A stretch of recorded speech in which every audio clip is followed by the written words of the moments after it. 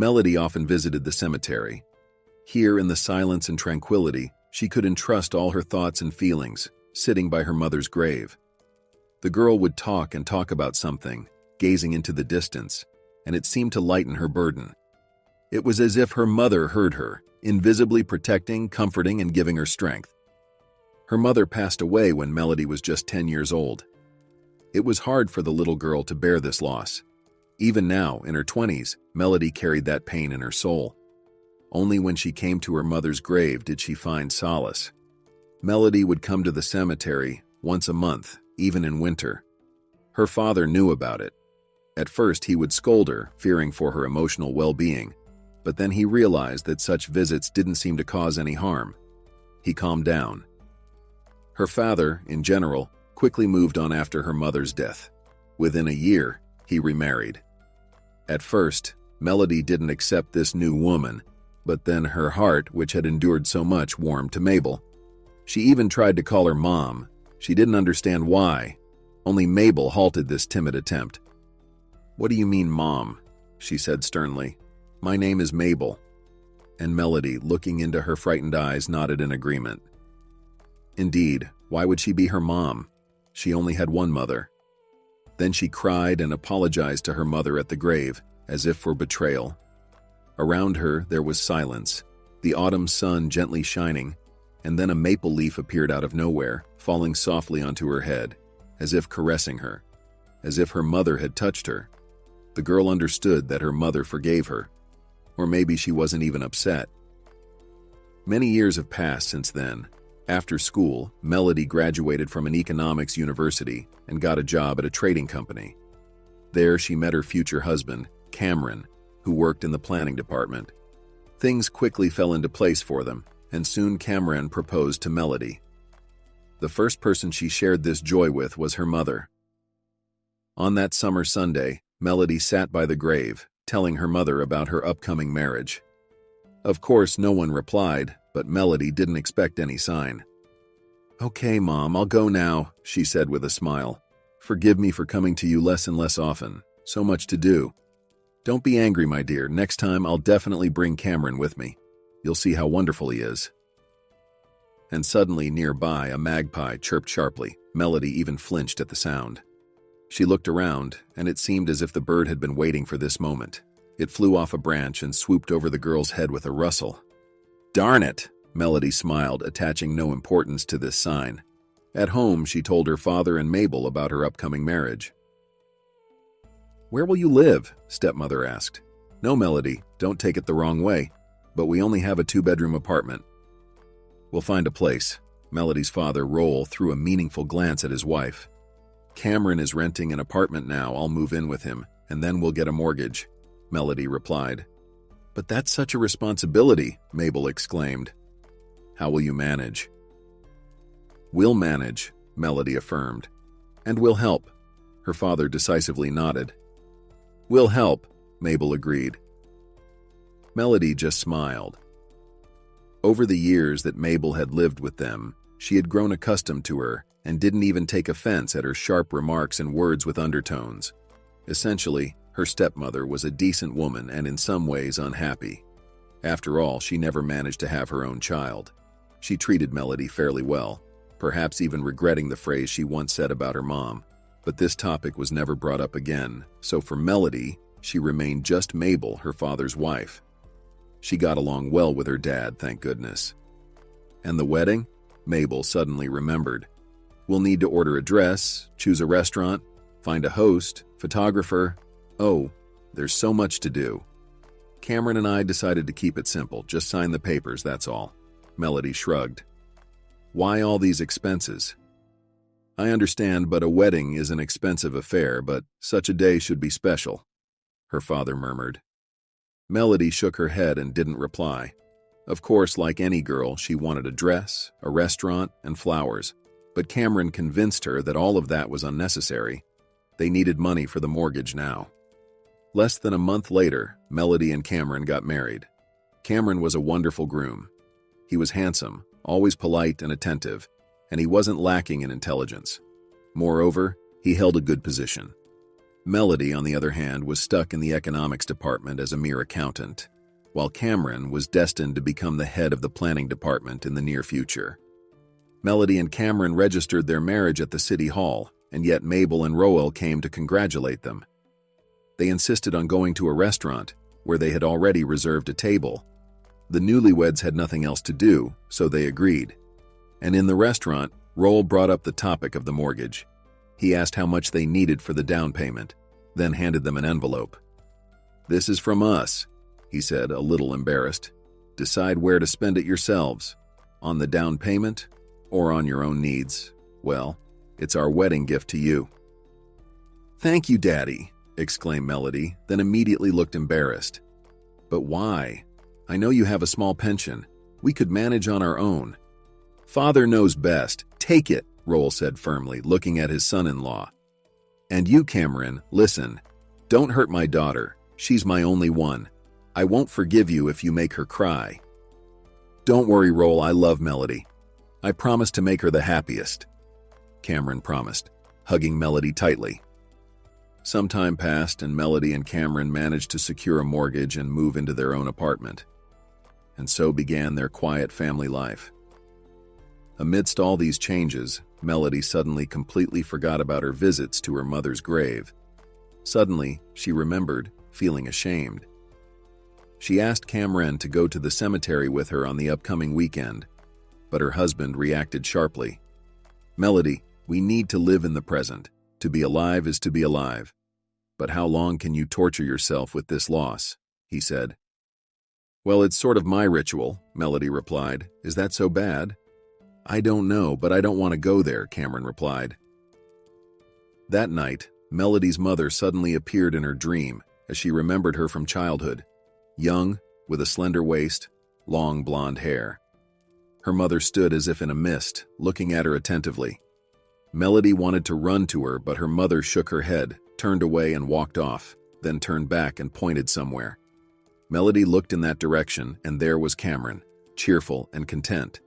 Her mother shook her head again and suddenly disappeared into the mist.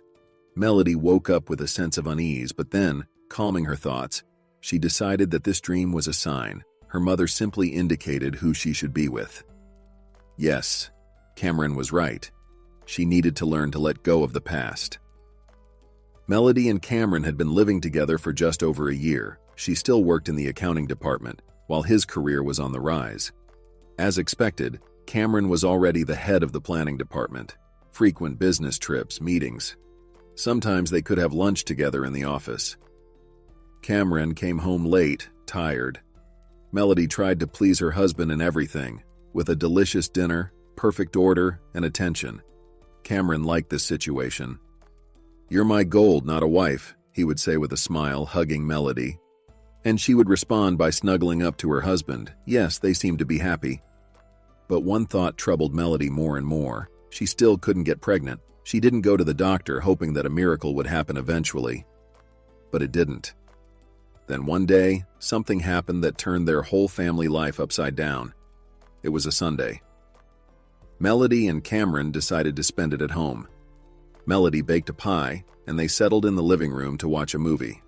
Well, he watched with interest, while she pretended to be equally captivated by the plot. In reality, Melody would have preferred to watch a melodrama now, but she didn't want to argue with her husband. The doorbell rang. Melody glanced questioningly at her husband.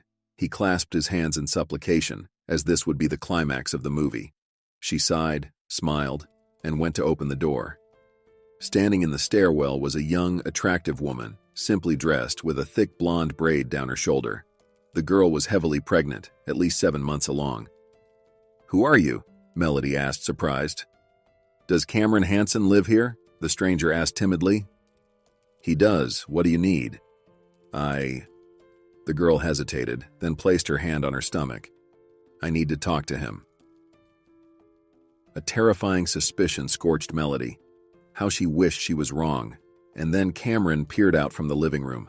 His cry sounded bewildered. They both turned towards him in confusion. "Cameron, who is this?" Melody asked. "This? I don't know," he mumbled. "Miss, who are you?"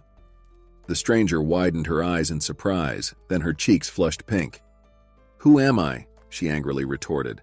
"I'm the mother of your future child. By the way, it's going to be a girl." "A daughter?"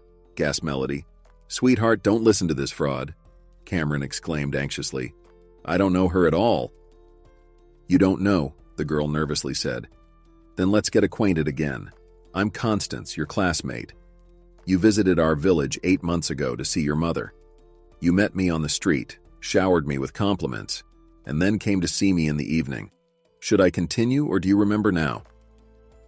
Melody stood still, unable to move. She remembered that Cameron did indeed visit his hometown 8 months ago. His mother lived in a distant village. Melody had never seen her. Cameron said she was ill, so she didn't visit. Melody wanted to go with him then, but her husband persuaded her not to. He said the journey was long, there was no comfort in the village, and Melody had a quarterly report due at work. Cameron supposedly needed to go to his hometown for work reasons, so he combined business with pleasure. But Melody never imagined it would turn out like this. "Cameron, let the girl come into the apartment and rest," Melody suddenly said, surprising even herself. Her husband looked at her with wild eyes, blushed, then suddenly smiled. "Well, let her in since you insist." Melody stepped aside and Constance walked past her, brushing her slightly with her belly. "Where to?" she asked.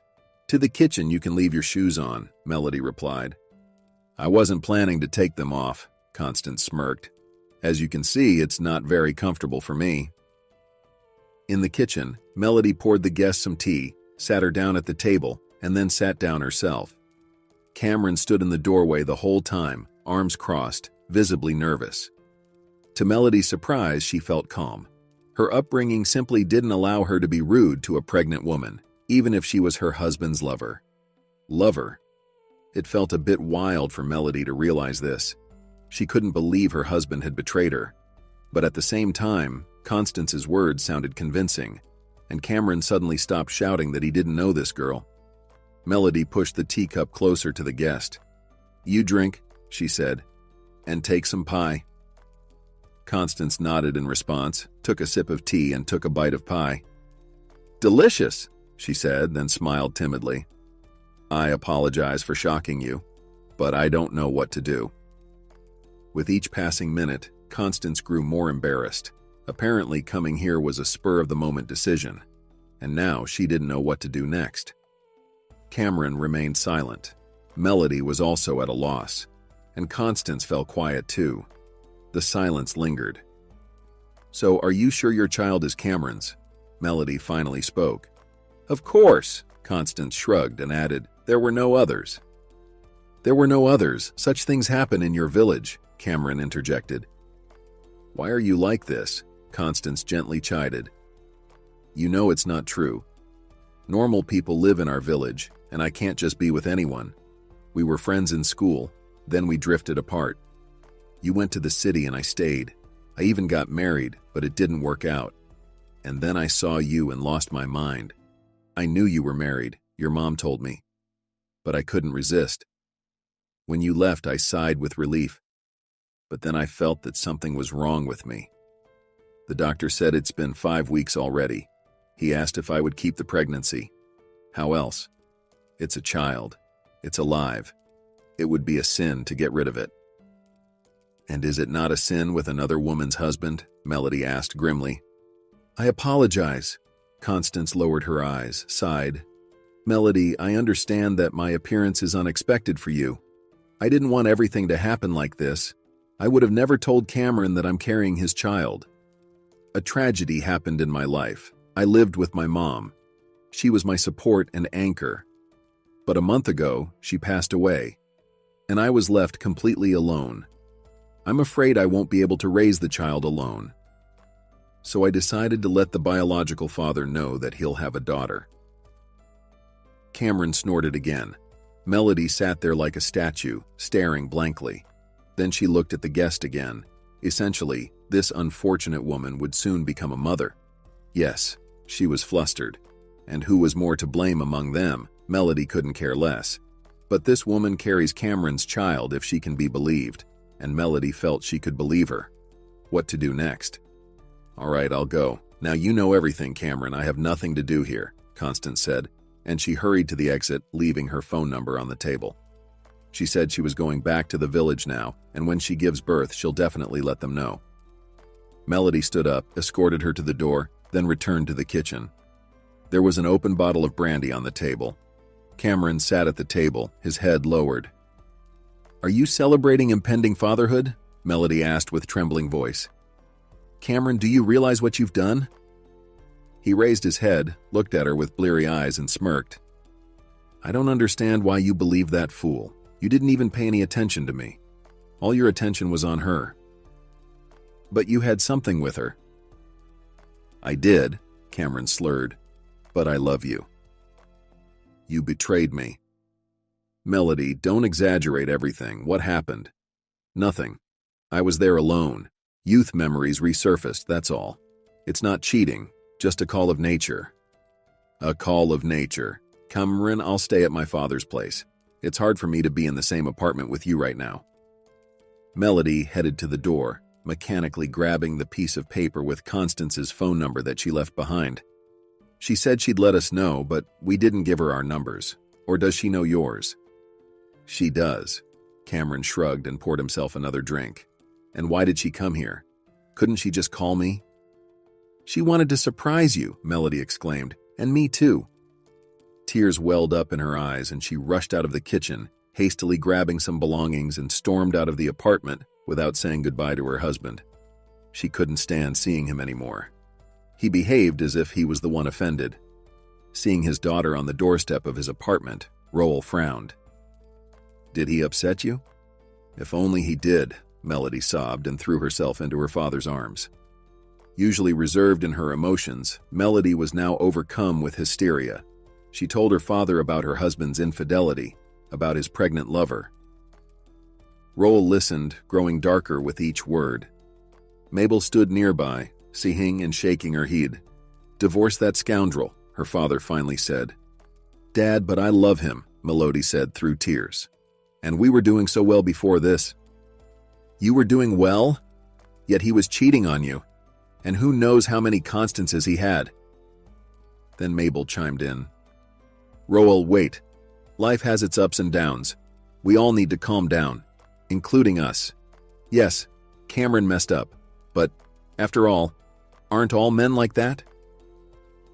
"I've never cheated on you in my life," Roel blushed with indignation. "I believe you. But remember how we started living together.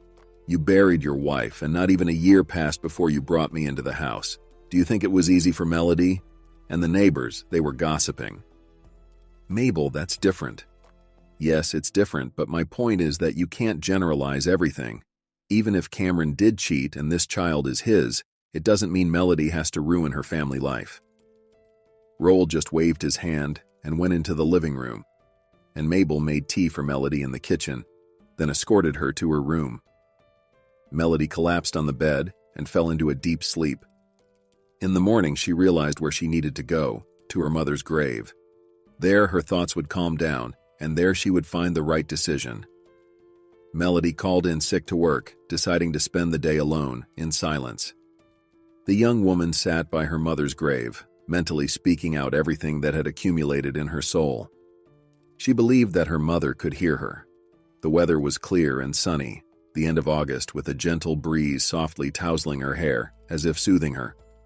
Looking at her mother's gravestone so dear and beautiful, Melody whispered, "Mom, how do I forgive him? And should I?"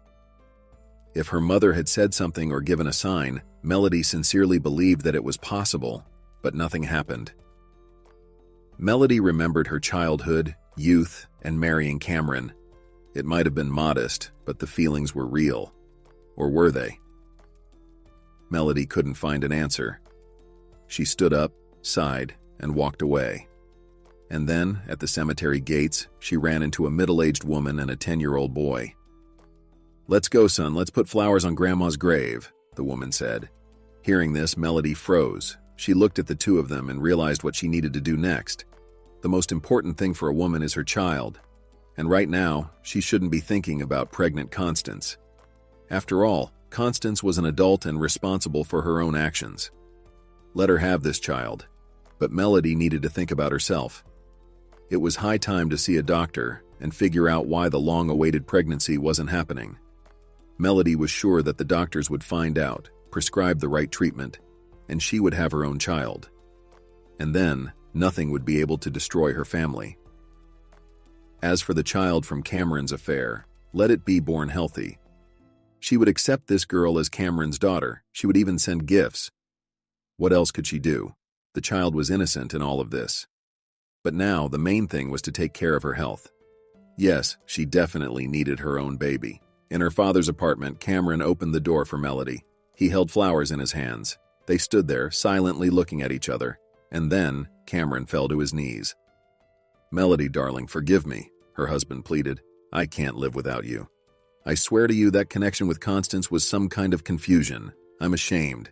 Yes, I can't change anything, but I don't want to lose you." "Cameron, get up. You don't have to," Melody said quietly. "What do we do now? It is what it is. Let's just keep living." "Do you forgive me?" "I forgive you." Cameron sprang up, extended the flowers, embraced her, and Melody, leaning on his shoulder, thought, "Everything will work out for us. We love each other." "Cameron, I've been thinking that it's time for us to go to the hospital, at least for me." She raised her head and looked questioningly at her husband. "Are you really sick? The girls from the accounting department told me you were sick." "No, I just said that. It's about something else. I think it's time for us to have a baby." "My darling, of course," Cameron smiled. "That's all I dream about. And as for this child of Constance's, don't worry, I don't need him." "Don't say that," she frowned. "The child is not to blame. We will help this little girl, and when our child is born, they can interact." "You are so wise," Cameron exclaimed with admiration and hugged Melody again. "How lucky I am to have you as my wife." While they made up, Roll and Mabel patiently sat in the kitchen. Then they invited the lovebirds to have tea. And once again, there was complete understanding, peace, and happiness between them. A few days later, Melody managed to see a doctor.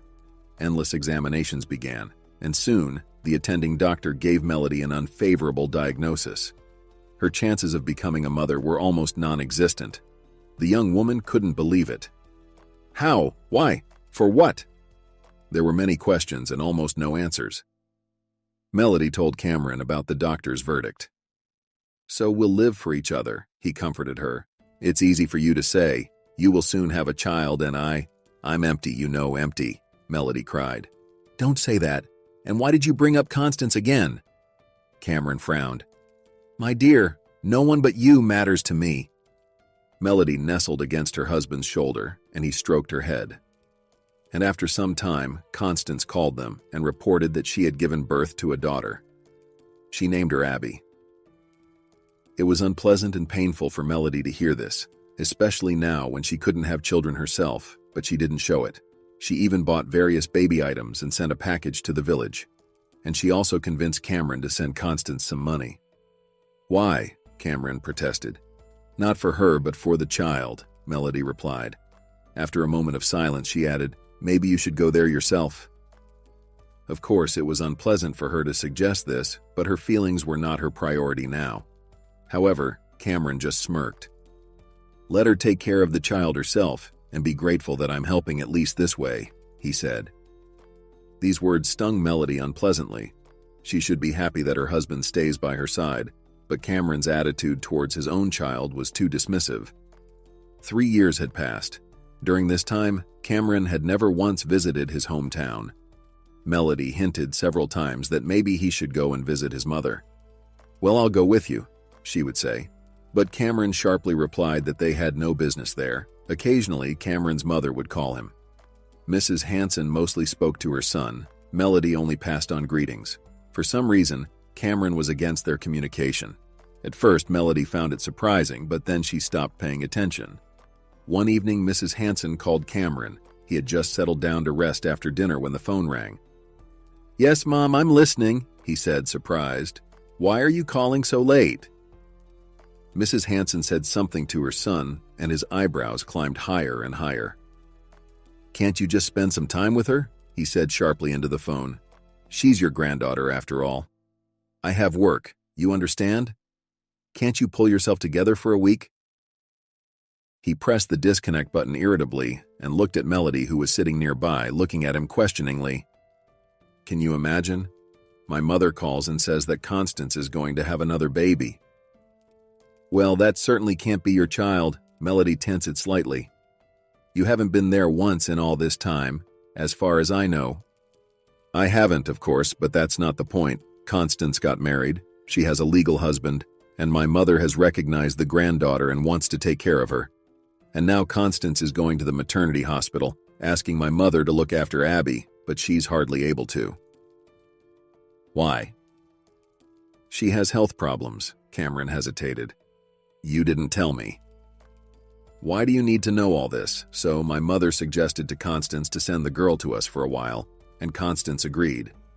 She agreed? Melody was surprised. Don't we need to be asked about this? And I'm thinking the same. We're practically being told after the fact, like, come and pick up your daughter, she's yours. Wait, what about her husband? You said she got married. Why can't he look after the child? Damn if I know. They all seem to be the same. What do you mean? Drinkers. You never told me about this. Melody raised her eyebrows. Yeah, my mother has been drinking all her life, and Constance, from what I understand, has started too. And she found herself a husband just like her. Cameron replied gloomily. Good Lord, why did you stay silent? Melody exclaimed. Do you realize in what conditions the child lives there? Of course, we need to go and take her with us. And to herself, she suddenly thought. Maybe for good. Cameron didn't immediately agree with his wife's argument, but Melody managed to convince him.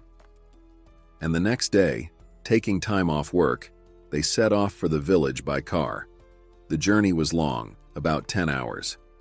During all this time, Melody thought a lot. How she would meet Constance, Mrs. Hanson, and most importantly, how the girl would react to being taken away from her home. Of course, temporarily, but it was still stressful for the child.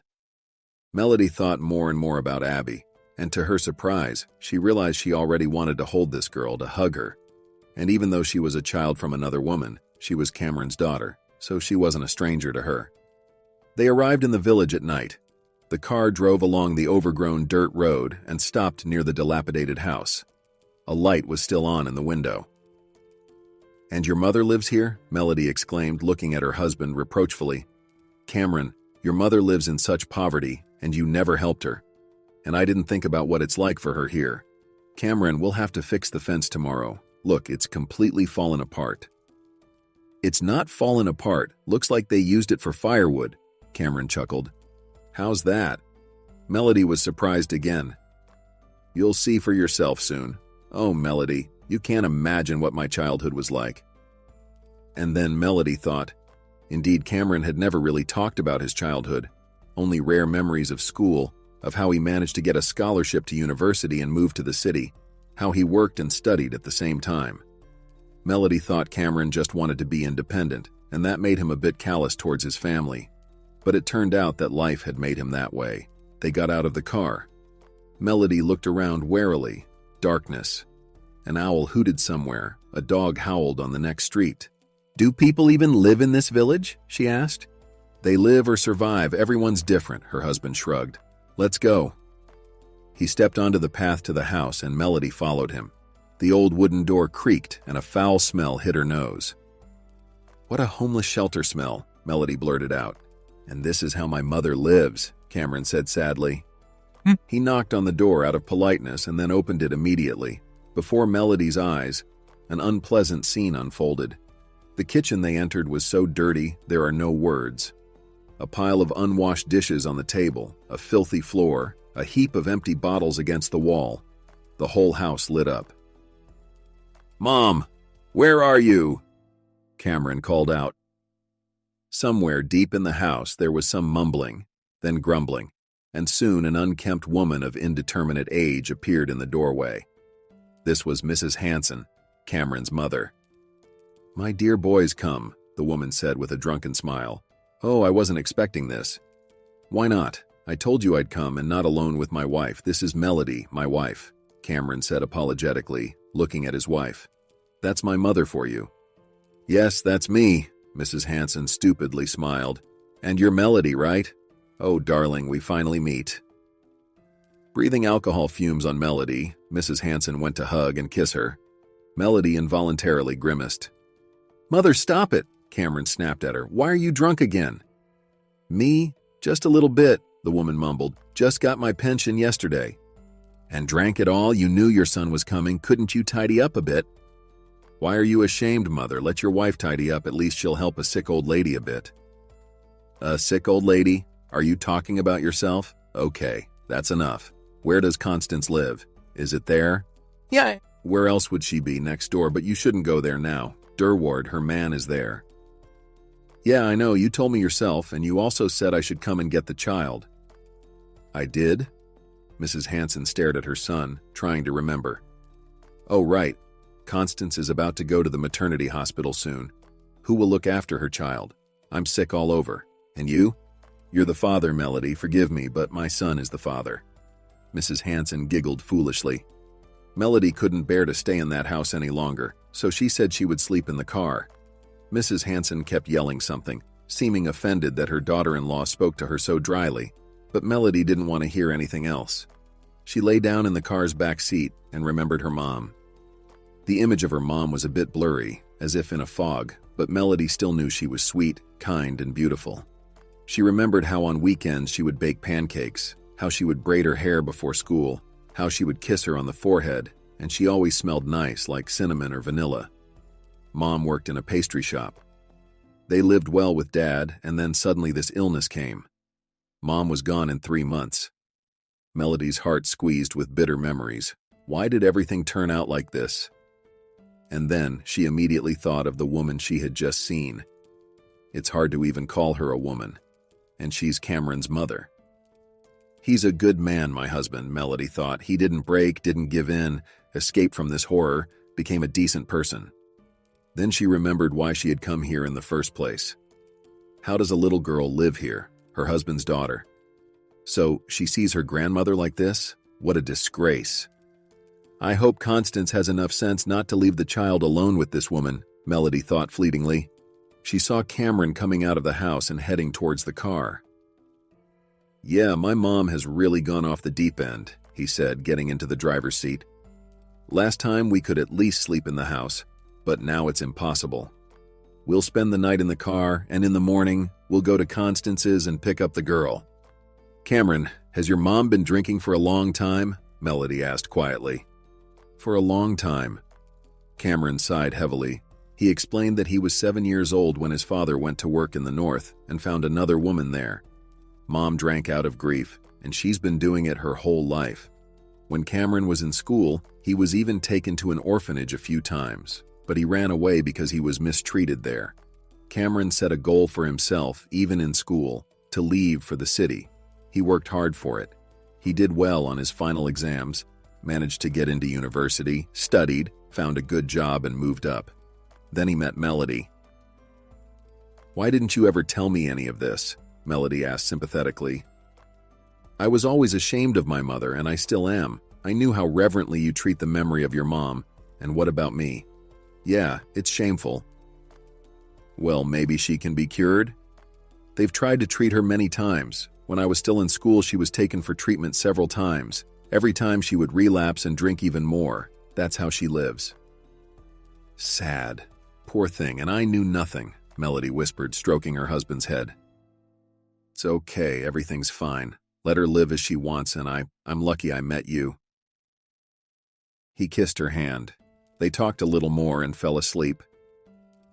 The dawn broke, and Melody opened her eyes.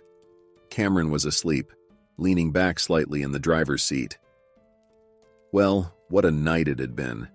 Every joint seemed to ache from the uncomfortable position of her body. Melody stretched and yawned. Cameron stirred, yawning loudly, and turned to Melody. How did you sleep? He asked with a smile. Don't even ask, Melody chuckled. Very uncomfortable. That's for sure, so shall we go get the girl? Yes, let's go get your daughter, and are you not going to visit your mom? Why bother? You saw it all yourself yesterday, and please, Melody, don't call that girl my daughter. It doesn't sit well with me. Cameron, she is your daughter, and one more thing, why didn't we think about this before? We'll have to go somewhere, to the social services or administration. We'll need to get a document stating that Constance is giving us temporary custody of her daughter. Otherwise, how do we explain why the child is with us, and what if she needs to go to the hospital? Are you already deciding that she'll live with us? Cameron smirked. At most, she'll stay a week. And another thing, we both work. You'll probably have to take a week off. Yeah, I think so too, Melody agreed. But we still need to get some paperwork stating that the child will be with us. We'll figure it out, Cameron nodded. He started the car and they drove down another street. Melody looked out the window at the waking village and couldn't help but marvel at the poverty and desolation here. Abandoned and run-down houses, everything overgrown. Yet it seemed like there used to be a good village here, people lived here. Then everyone dispersed, leaving only those who had nowhere else to go, or no desire to change anything in their lives. And now, a little girl lives here. Is there at least a daycare or school here? She asked her husband in bewilderment. What are you talking about? Cameron shook his head. They closed everything a long time ago. I finished school in the neighboring village. We were bused to school. And daycare? There was never one here. The only thing left from civilization here is the store. He nodded towards the leaning structure, with a padlock hanging on the door. That's the store. Horrible. And how can people live here? And what about medical help? What if someone gets sick? Medical help? They closed that too, it seems. The old nurse died and no new specialist would come to such a remote place.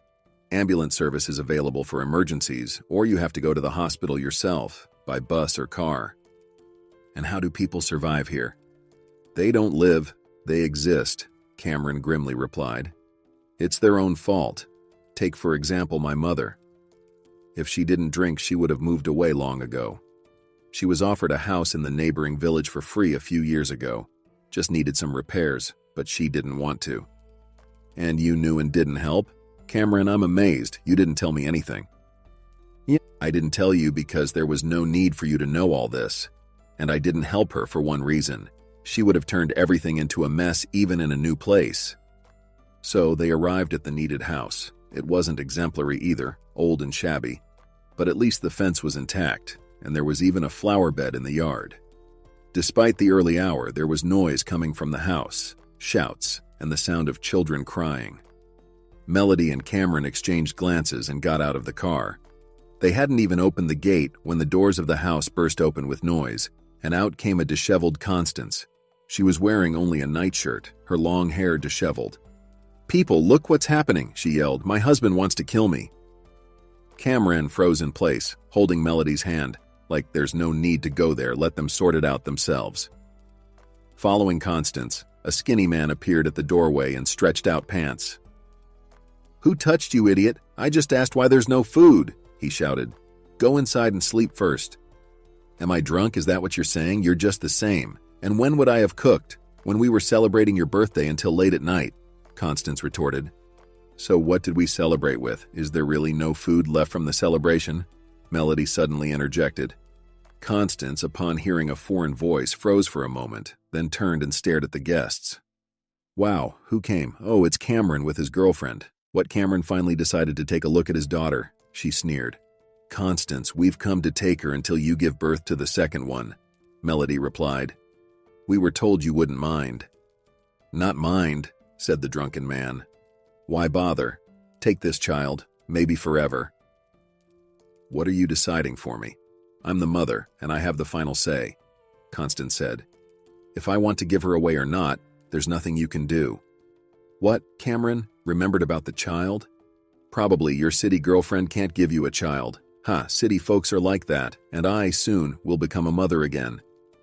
But this won't be your child anymore," she added, swaying, and stroked her stomach. Melody watched in horror at the enraged, drunken woman who was pregnant. How could she behave like this, drinking on top of everything? Dreadful. Cameron was bewildered. He wanted to turn back, but Melody suddenly grabbed his sleeve and pointed to the house. There, on the porch, a little girl appeared dressed in rags. The child stood there, fear in her eyes, tears streaming down her cheeks. Constance's husband turned to her and yelled, "Why did you come out? Go back to sleep," he shouted, then made a threatening gesture toward the girl. The little girl recoiled. Melody flinched at the sight of it all. She lunged forward. Within seconds, she was on the porch, scooping up the frightened girl into her arms and holding her close. "Don't you dare lay a hand on this child," Melody practically roared. In that moment, she felt like a protective tigress, defending not her own, but nonetheless, a helpless cub. Constance was taken aback by such a brazen guest, staring at Melody, then at Cameron. "Durward, why are these people making decisions in my yard?" Constance said. He snapped to attention and approached Melody. "Indeed, madam, what is the meaning of this? Why are you taking someone else's child?" At this, Cameron stepped forward, blocking his wife and glaring angrily at Constance. "I never thought, Constance, that this is how you live. It's disgusting. What did you do with the money I sent for the child? Drink it away with your boyfriend." "I'm not a boyfriend, I'm her husband," said that same Durward. "Damn with you, husband. Quickly, get the documents for the girl." "So you really are taking her?" gasped Constance. "And for good?" "Don't hold your breath. Once you have your second child and come to your senses a bit, then I'll hand her over," grumbled Cameron, nodding toward Melody in the car. Melody, holding the girl tightly, immediately fled from the yard. She wanted to leave all this horror behind as soon as possible. She got into the car, Abby sitting beside her. "Is the little girl scared?" the woman asked gently. The girl didn't answer, only pressed herself against Melody again. For the first time in her life, Melody felt something extraordinary. She heard the beating of the little heart, smoothed the tangled hair, wiped away the tears. She wanted to cover this child with a protective shield from all the troubles, shield her from all the sorrows. Perhaps this was maternal instinct. Cameron finished his conversation with Constance about something, then also got into the car. "All right, I have the girl's documents. Let's go," he said. "Melody, you're right. We need to go to the authorities. What will they say to us?" "Essentially, the girl is nobody to me." "Abby," Melody said quietly. "What?" Cameron turned to them in surprise. "The girl's name is Abby." "Oh, right, I just can't get used to it yet." "That's understandable. Cameron, will you visit your mother? At least give her a little money, so she can drink it away. You see what everyone does here, they just drink, even pregnant women. It's awful. I didn't think Constance would stoop this low." "Let's still go see your mother," Melody insisted, quietly but firmly. "She's still your mother. You don't even realize how lucky you are. At least she's alive for you. However she may be, she's still alive." Melody remembered her own mother, wiped away a tear, and embraced Abby. The girl had already started to settle in a bit, looking at the sad, beautiful lady beside her with incomprehension. Cameron just smirked and shrugged. "Mother, haven't seen her for so many years and still wouldn't mind not seeing her for as many more." All right, he'd do as Melody asked, but she wouldn't get any money from him anyway. Surprisingly, Mrs. Hanson was sober and even tried to tidy up the house. She was just sweeping the floor when Melody, Cameron, and the girl entered her home. Yesterday's mountain of bottles had disappeared somewhere. Seeing the guests, the woman threw up her hands. "Oh, my son, Melody, come in. And who's this with you, my beloved granddaughter?" Abby boldly approached Mrs. Hanson, who hugged and kissed her. "My dear, sweet girl," Mrs. Hanson said, stroking Abby's tousled head. "You must be hungry. I'll make something for you." "No need, Mom," Cameron interjected sharply, wrinkling his nose in disgust. "We're leaving already. Just stopped by for a minute." "Ah, how come, son? We haven't seen each other in 3 years or more. Sit down at least. Tell me how you've been. Melody, let me have a look at you. What a wonderful wife you have." Mrs. Hanson smiled at Melody, who smiled back. On one hand, she shared her husband's mood, but it was still uncomfortable. After all, it was his mother. "No, we'll go, and when Constance gives birth, we'll bring the girl back," Cameron decided, turning towards the door and adding as he left, "Mom, don't drink. You're not young anymore." Understood, son," she followed after him, her expression changing, almost tearing up. Melody felt sorry for this unhappy woman. She touched her hand and whispered, "Don't worry, everything will work out. Just don't drink." and she slipped some money into Mrs. Hanson's robe pocket. The woman looked at Melody in surprise, then gratefully nodded. As they walked to the car, Mrs. Hanson held Abby's hand, who trustingly walked beside her grandmother. "You would do well to let Abby stay with you completely," Mrs. Hanson whispered to Melody on the way. "She's not needed by Constance, and you see for yourself, I'm not a good nanny. Abby often stays with me, comes hungry. Even though I drink, I'll always find something to feed the child. But Constance, she drinks away the money Cameron sends with her man, doesn't spend anything on Abby. Keep my granddaughter. I understand she's a stranger to you, but she's family to Cameron. Don't be angry with him." "I'm not angry anymore," Melody replied. Cameron had already sat in the car, impatiently glancing towards his wife and mother. Mrs. Hanson cast a brief glance at her son and whispered again, "Anyway, dear, keep an eye on my son. He'll deceive you and be ashamed, denying his own father. He only seeks profit from women." "You're wrong," Melody shot back angrily at her mother-in-law. "Cameron is not like that." "I hope I'm wrong," Mrs. Hanson sighed, then added louder, "Don't mistreat Abby. Let her stay with you." Melody, overcoming her disgust, still embraced the woman, which pleased her, and she also hugged her daughter-in-law tightly, then kissed Abby.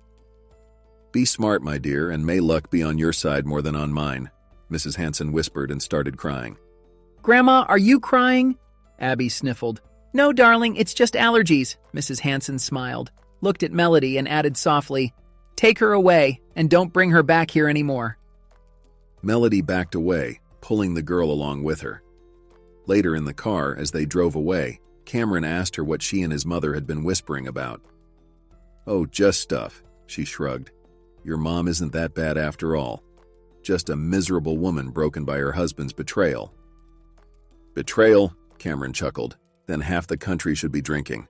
So many husbands leave their wives." "But you're not going to leave me, right?" Melody asked thoughtfully. "Where did you get that idea?" Cameron laughed. "Everything's fine between us, right?" "I just can't give you a child," Melody said. "These kids are nothing but trouble," Cameron said abruptly. "We need to sort things out with this girl right now." "Abby. Her name is Abby," Melody reminded, hugging the little girl. "Yeah, Abby, we should have just called child services right away and be done with it." "But Cameron, you don't mean to say you want to send her to an orphanage? You were just asked to watch over her," Melody protested. "But did you see the conditions the kid's living in?" "But you're her father.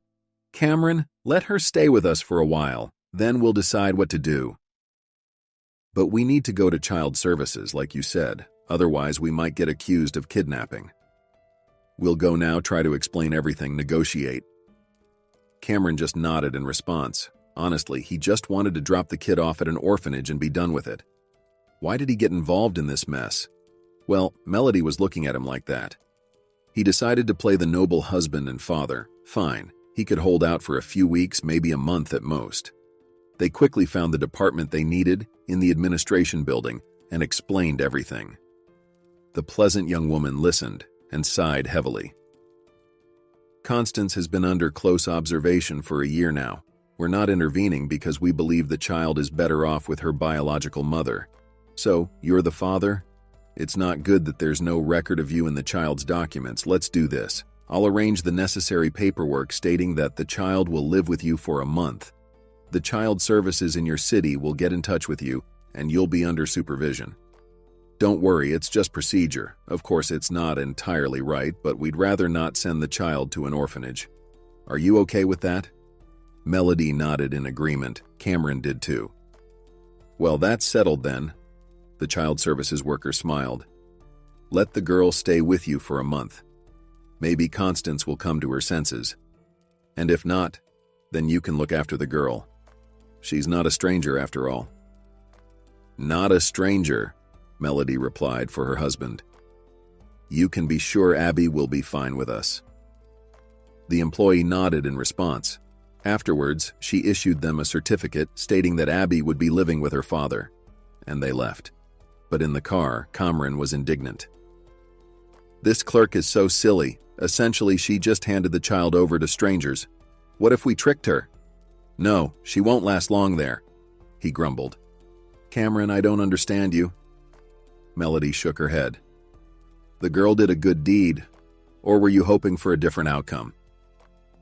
Cameron just waved his hand and stared at the road. They drove almost the entire remaining way in silence. They returned home by nightfall. Melody carried sleepy Abby in her arms into the apartment and put her to sleep on the couch in the living room.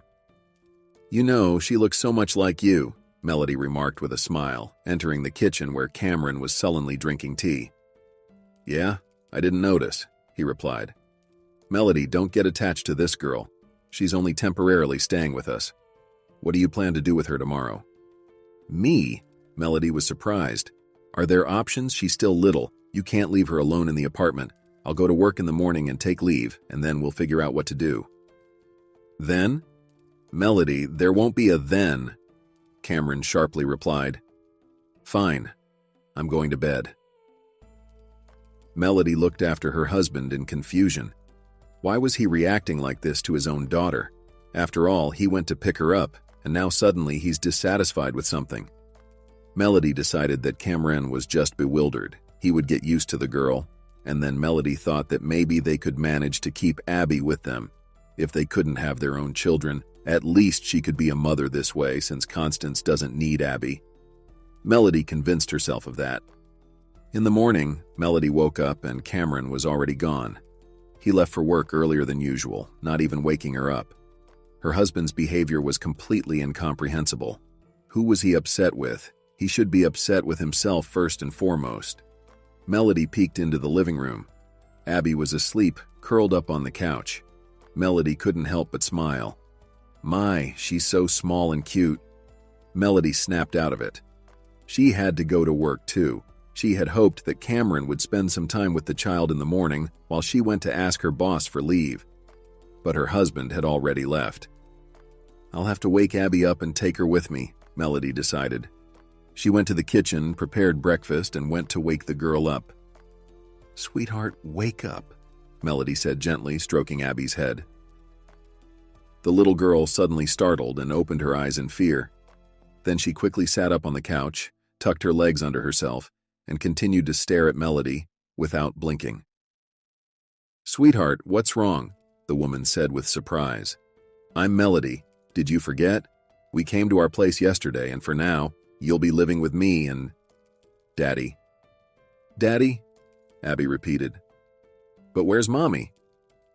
We'll take you to Mommy when your little brother or sister is born. No, please don't, the girl cried. Don't take me to her. She's mean. She yells and hits like this. Abby waved her hand several times in the air. Melody's heart sank at the sight of it. She hugged the girl and kissed her on the forehead. Don't cry, darling. I'll try to think of something, the woman whispered softly. But she wondered what could she do. Constance hadn't lost her parental rights. Cameron, Abby's biological father, almost avoided his daughter, and she, Melody, who was she to this girl? Nobody. And the girl was so good, so smart. She was only 3 years old, and yet she spoke so clearly, and hardly anyone had likely worked with her deliberately.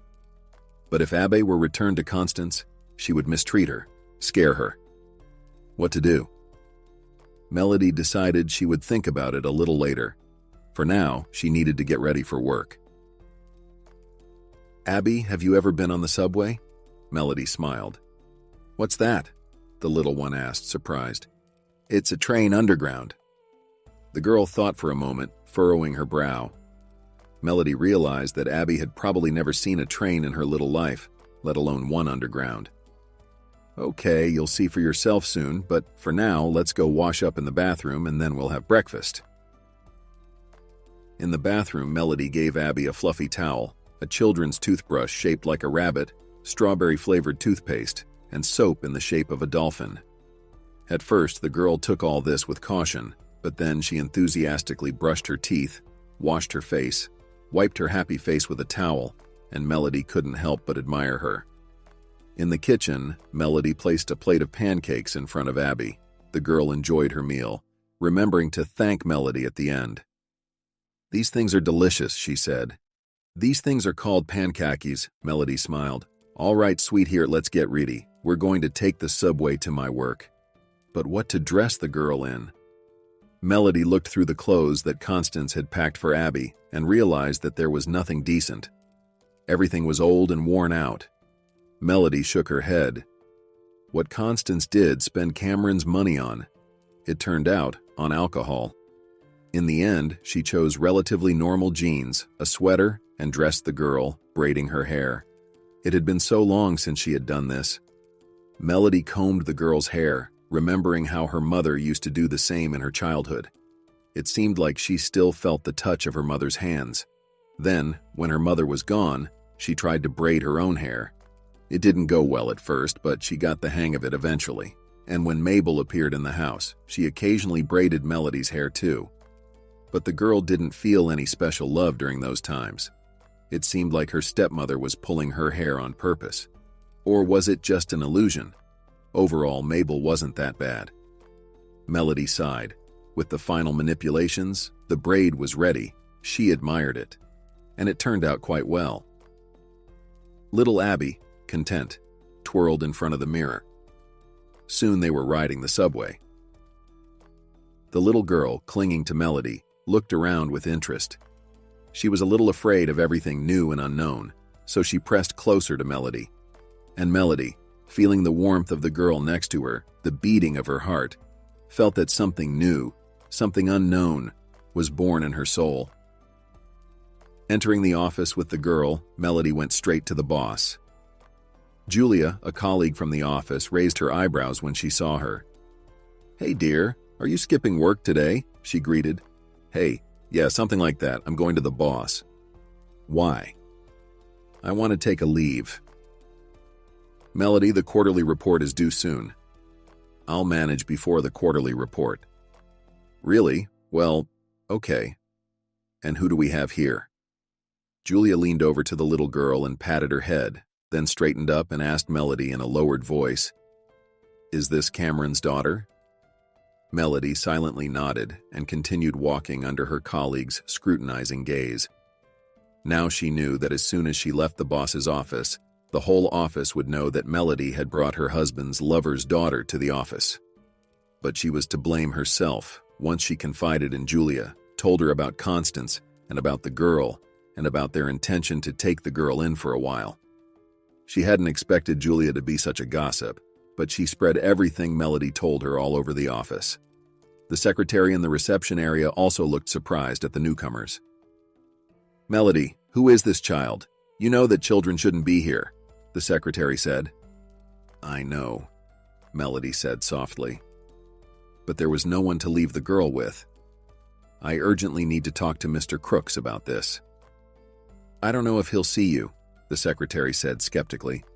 "He needs to be at the hospital in an hour. He'll be leaving soon." "The boss is sick?" Melody worried. "I don't know," the secretary replied. "Well, I'll try asking. Maybe he'll find a minute for you." Melody knocked on the boss's door and peered in. Mr. Crooks, seeing her at the door, invited her in. Melody entered with Abby, who shyly clung to the woman's leg. Mr. Crooks was seated behind the desk. Melody noted that the boss looked somewhat sickly. She hadn't seen him in probably a week, and now it seemed like he had lost some weight. "Melody, hello. Do you have something urgent?" the boss asked. "Mr. Crooks, yes, I need to take a leave. I'm sorry, it's urgent. I have, you see, a child." "A child?" Mr. Crooks said, surprised. "Oh yes, I heard about your situation." "Julia did her best," Melody said with a sad smile. The boss didn't respond. He pensively twirled a ballpoint pen in his hands. Melody waited anxiously. "Yes, all right, go and get everything sorted, and I'll sign your application. But you do remember that the quarterly report is due soon?" "Yes, I think everything will work out. She has a father. He'll look after the girl later." "So you and Cameron are keeping the child in the family permanently?" Melody just shrugged. Of course, she wanted to say yes, but everything was so unclear. From the boss's office, Melody went to the accounting department with the girl, where she processed all the documents. The chief accountant, of course, pursed her lips, but agreed to let her subordinate go, since the boss had allowed it. "What's up with Mr. Crooks?" Julia whispered to Melody. "They say he's seriously ill. His secretary let it slip. We might have a change in leadership soon." "What are you talking about?" Melody gasped. "And who?" "His wife. Will suffer even more with her in charge." Melody didn't reply. She had only seen Mr. Crooks's wife a couple of times. She remembered she was a large, unpleasant woman, seemingly older than the boss. God forbid if she took control of the company. Although it was to be expected, after all, the business essentially belonged to her. She inherited it from her father, and her husband simply managed everything. The boss was wonderful. Melody liked that he was always fair, never raised his voice, and was very kind. Hopefully, Mr. Crooks's condition wasn't serious. Melody said goodbye to everyone in the accounting department and, picking up Abby, went to her husband's office. The girl sat happily in her arms, as the ladies in the accounting office had given her chocolate and an apple. They even gave her a notepad. They peeked into Cameron's office. He was studying some document. "Melody?" Cameron was surprised to see his wife. "Why did you bring the girl here?" "And who else would I leave her with? She's still little. I've submitted a leave request. We're going shopping with Abby," Melody explained. "Why?" "We need to buy Abby some things." "Melody, why spend money?" Cameron wrinkled his nose disapprovingly. "I'm already helping her mother." "But you should have seen the stuff she sent with the girl. We need to dress her up. She's such a beauty." Melody smiled at Abby and kissed her soft cheek. The girl shyly smiled back and looked cautiously at Cameron. She was a little afraid of him, still getting to know him. Cameron furrowed his brow again, saying he had a lot of work. "All right," Melody smiled and looked at the little girl. "Shall we go, Abby, and not bother Dad?" "Not bother Dad," Abby repeated. Melody picked up the girl again and left the office. Cameron didn't even bid them farewell. He was completely absorbed in his work. In the children's clothing store, Melody bought many beautiful outfits for Abby, dresses, sweaters, and pants. They also bought lots of hair clips, rubber bands, and bows. Additionally, Melody picked out a doll, slightly smaller than Abby herself. She noticed how the girl looked at it but didn't dare ask. In general, Melody noticed that Abby didn't ask for anything. She was very shy, apparently. She wasn't used to the idea of being bought things at all, and only when they were leaving the store did the little girl whisper, "Miss Melody, is all this for me?" "For you, darling, for you," Melody laughed. She felt so good she didn't even realize how enjoyable it was to buy children's things and how nice it was to give them. When Abby heard the answer, she smiled happily. Yes, she liked this beautiful lady more and more, who was nothing like her mom, who was always yelling. Returning home from the store, they met Roll and Mabel by the entrance. They already knew that their daughter and son-in-law had gone to pick up the child, so they decided to come themselves to see who they had brought.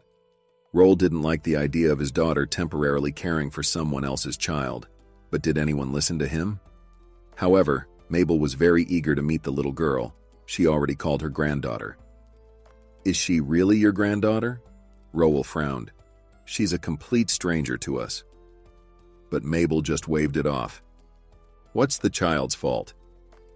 And when they saw the girl at the house, both Roll and Mabel involuntarily smiled. Abby was like an angel. "Hello, granddaughter," Roll said first and handed the girl a plush bunny. "Caught it on the way?" Abby blinked her eyes, hugged her toy tightly, and shyly smiled in response. Mabel just smirked. Why was Roll upset? The first one had acknowledged the girl. And then, at home, Roll enthusiastically played with Abby. They played hide-and-seek and built a pyramid out of books. Mabel happily joined in. Meanwhile, Melody prepared dinner, occasionally peeking into the room and smiling. They played as if they had known each other for a long time. Yes, Roll probably just dreams of becoming a grandfather, but his daughter couldn't make him happy. And here it turned out like this. After dinner, Abby started to get fussy, and Melody put her to bed. Roll and Mabel were getting ready to leave.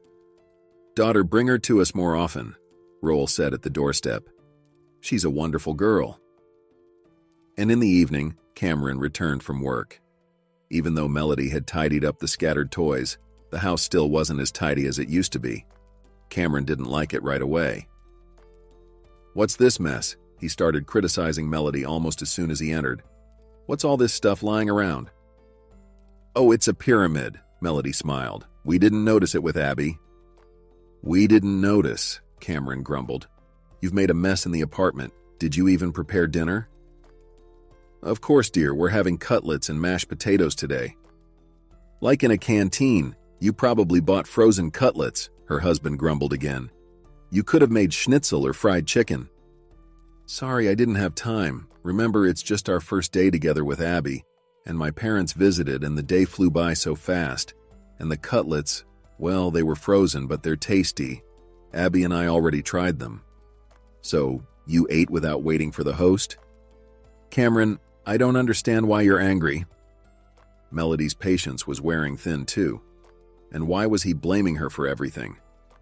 She looks after the child, and all she gets is complaints. Cameron didn't answer her. He went to the kitchen, made himself a sandwich, and went to the room converted into his office. A minute later, a wild cry came from there. Melody!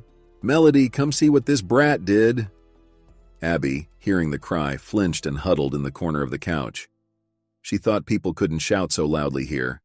Melody was just ironing clothes at that moment. Don't be afraid, sweetheart. She smiled at Abby affectionately and was about to leave the room to tell Cameron not to shout like that, as her husband burst into the living room. This is what she did, he shouted, waving some piece of paper in front of Melody's face. What is this? She calmly asked, stepping forward and shielding the girl with her body. It's a contract with suppliers. I left it at home. It's been lying peacefully on the table for several days. Today, I wanted to study it properly, and what did she do? He turned the contract over. There were beautiful gouache stains on it. By the way, they also bought gouache at the children's store today, and brushes. When did Abby manage to visit Cameron's office? Apparently, when Melody was in the kitchen preparing dinner. Why did you do this? Cameron's voice loomed menacingly over the girl. Don't shout at her, Melody intervened. You're to blame. You knew there was a child in the house and you scatter your documents everywhere. You stayed home with her and should have watched her. And I did watch her. And haven't you forgotten that Abby is your daughter and she's only 3 years old? Cameron, what's the big deal? You can print a new document and that's it. Are you going to tell me what to do in my own house? This apartment is as much yours as it is mine. If you've forgotten, let me remind you that it was my father who gave us money for the down payment on the mortgage. And now, I have to be indebted to him for the rest of my life? Who pays the mortgage every month? You or your dad? Cameron, I don't understand you. Why are you upset? He wanted to say something else but restrained himself, just snorted and went back into his office. Scared. Melody sat down on the couch and hugged Abby. Don't be afraid, little one. Everything will be fine. Daddy's just in a bad mood. That happens. And I'm sorry, I forgot to tell you. Don't go into his office and never take papers from his desk. If you need paper for drawing, ask me, okay? Okay. Abby nodded and threw herself into Melody's arms, then whispered almost into her ear, Miss Melody, can you be my mommy? Melody looked puzzled at the girl, didn't say anything, just hugged her tighter. A week passed. During this time, Cameron got more or less used to his daughter, no longer reacted so strongly to her presence, and even played with Abby sometimes in the evenings. You see what a lovely girl she is, Melody said when they, having put the girl to bed, sat in the kitchen and drank tea. Cameron, let's make a deal with Constance so that Abby can live with us. Let's formalize everything properly. It's time for Abby to go to kindergarten. And why do you want this headache? Cameron was surprised. There are so many problems with a child. You see it yourself now. Feeding, walking, sleeping, and this eternal mess. I agreed to take care of the child for a while, and that's it. Melody felt a sting in her heart from these words. She had already gotten used to the idea that Abby lived with them. And then, a terrible piece of news came from the village. Mrs. Hanson called, stumbling over her words either from grief or from alcoholic drinks, and said that Constance and her husband had died. He took her to the maternity hospital on a motorcycle, and the motorcycle was old and unreliable, and Constance's husband was clearly drunk. They went off the road and that was it. Cameron, hearing this, fell into thought. Where to put the girl now? Melody, however, perceived the whole situation differently now. Now Cameron would definitely agree to take Abby, and they would be a complete family. Of course, they still had to go to the guardianship authorities, gather a bunch of documents, but Melody was already prepared for that, and even started calling Abby her daughter in her mind. Another week passed.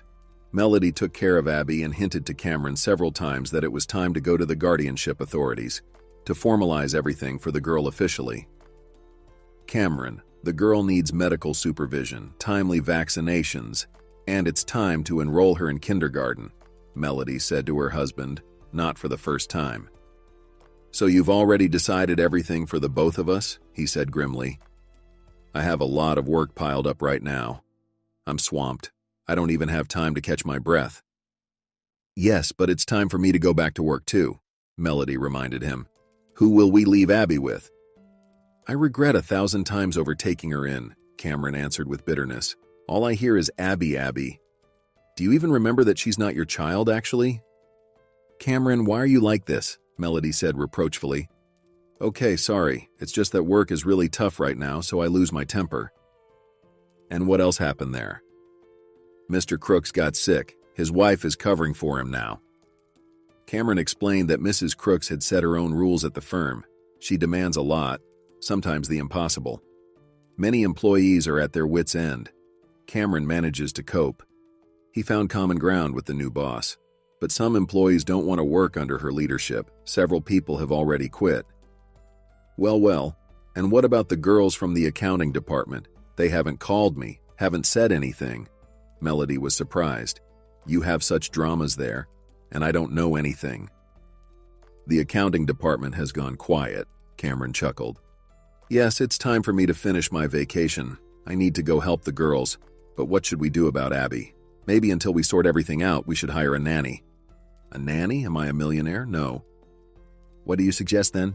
Cameron didn't answer. He went back to his office, and Melody went to Abby. The girl was already asleep, hugging her plush rabbit, and then it dawned on Melody. Why not ask her father and Mabel to look after the little one, since they've all become very close?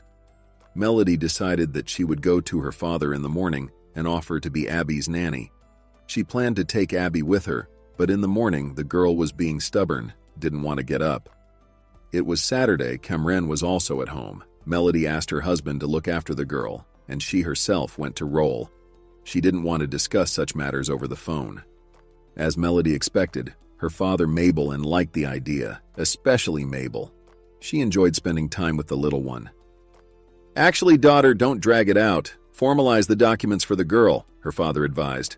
First, you probably need to do a DNA test between Cameron and Abby to prove the relationship.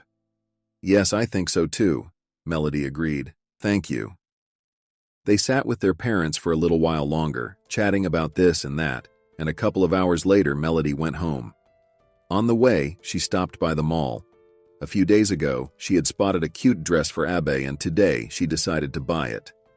And she also stopped by the bakery and bought a keiki. After that, a satisfied woman went home with her purchases. I'm home, she shouted as she entered the hallway. Cameron, Abby, let's go to the kitchen for tea. To her surprise, she was met with silence. Melody walked through the rooms, even checked the bathroom. No one was there. Strange. Where did Cameron go with the daughter? He hadn't mentioned going anywhere with daughter. Yes, mentally, Melody increasingly referred to Abby like this. Maybe he went to work? Most likely. That workaholic, he can't even have a day off without his work, Melody speculated.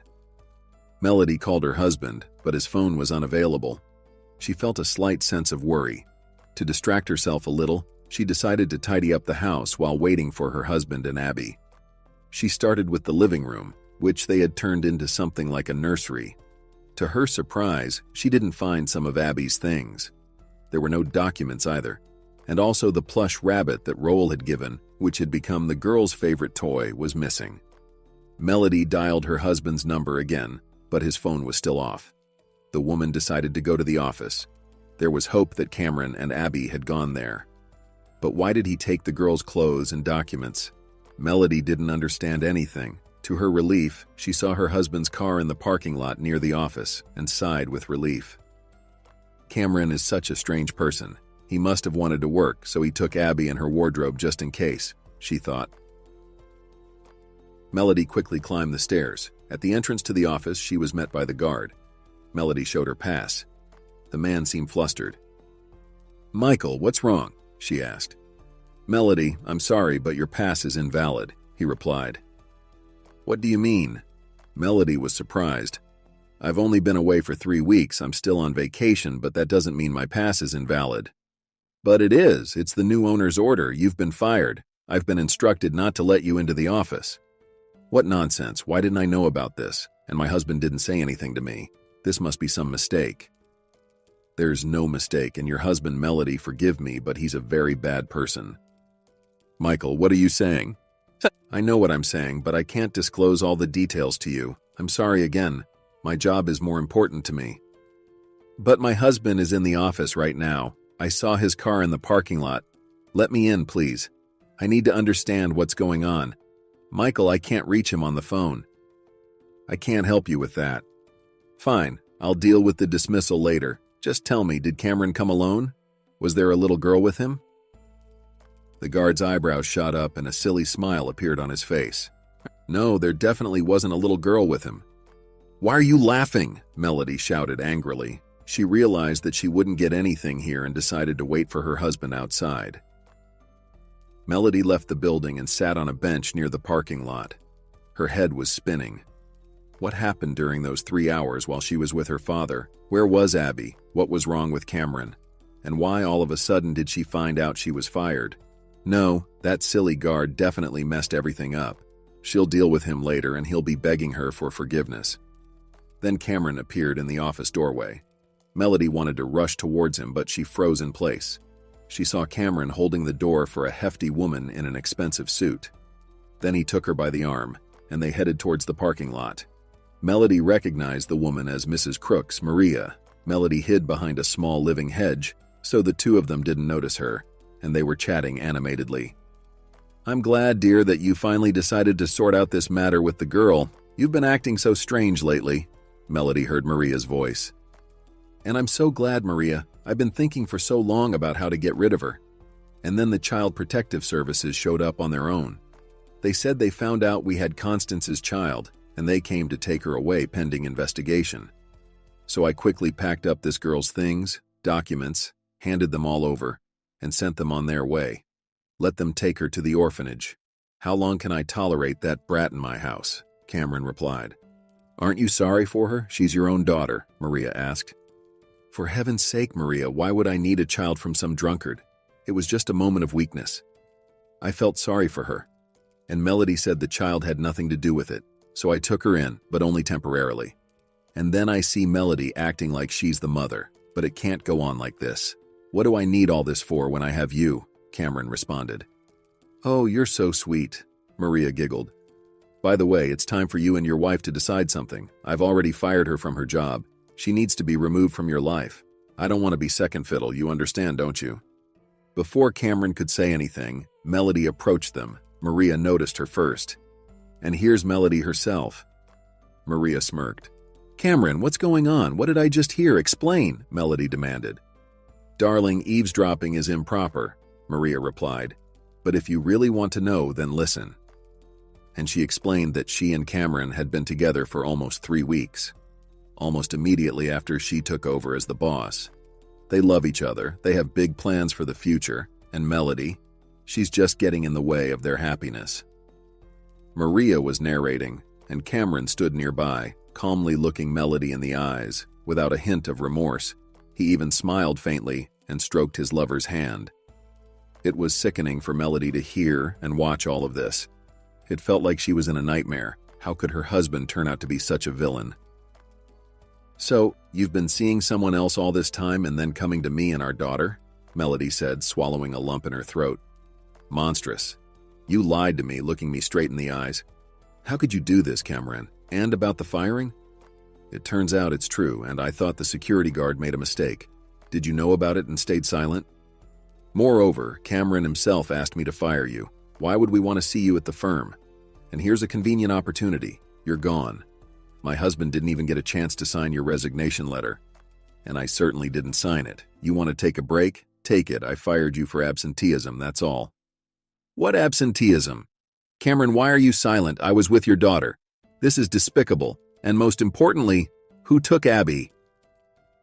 Why are you bothering me with Abby? Unexpectedly snapped Cameron. She was taken by Child Protective Services, as expected. I thought they would take her away from us when we first arrived from the village.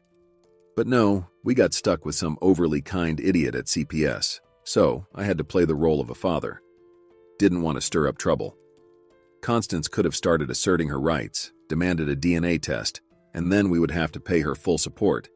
But she settled for $2,000 a month and was happy. You said you paid her more, Melody said, bewildered. I always knew you were a naive fool. You believe anything. And then Constance went to the other side. Now no one can say the child is mine. My mother? She's a drunk, not reliable. You? Who's going to listen to you? And I never intended to acknowledge this brat, and then everything fell into place. You went to your dear old dad, and CPS showed up. So I said I was just in friendly terms with Constance. That's why I was watching over the kid. And no one bothered to check that piece of paper. That's it. Freedom. I found a place for your Abby. Don't doubt it. Where's the girl now? Don't know. In some shelter. Oh, and one more thing. Now that you know everything, I have a huge favor to ask. Please, by evening, just vacate the apartment. What do you mean? Melody exclaimed. The apartment was bought by both of us on mortgage, and we paid the down payment from the money my father gave us. What are you talking about? Cameron smirked. And where is it documented that your father gave us money for the mortgage? There's nothing, no paper. And in courts, they don't trust words. It's your apartment, right? How will you pay for it? Forgot that you're unemployed now, so vacate my apartment by the evening when I come back from Maria's. By the way, I'll file for divorce myself. Where will you get the money to pay the court fees? I can't believe I once believed in you, Melody whispered barely audibly.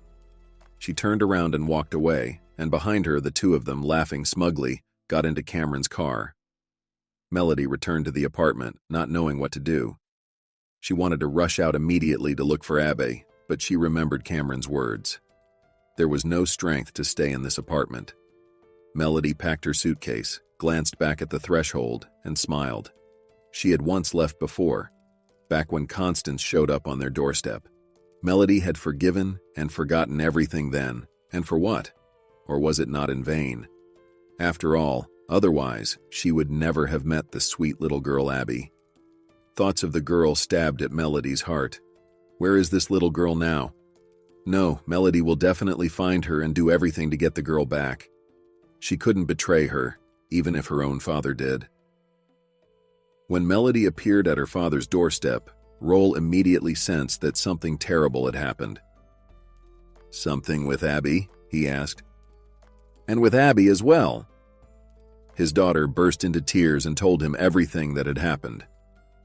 Within a few hours, Melody's life had turned completely upside down, and she didn't know what to do next. Roll and Mabel listened to her, then comforted her and thought about how to help. Her father suggested suing the employer, but this idea was dismissed immediately.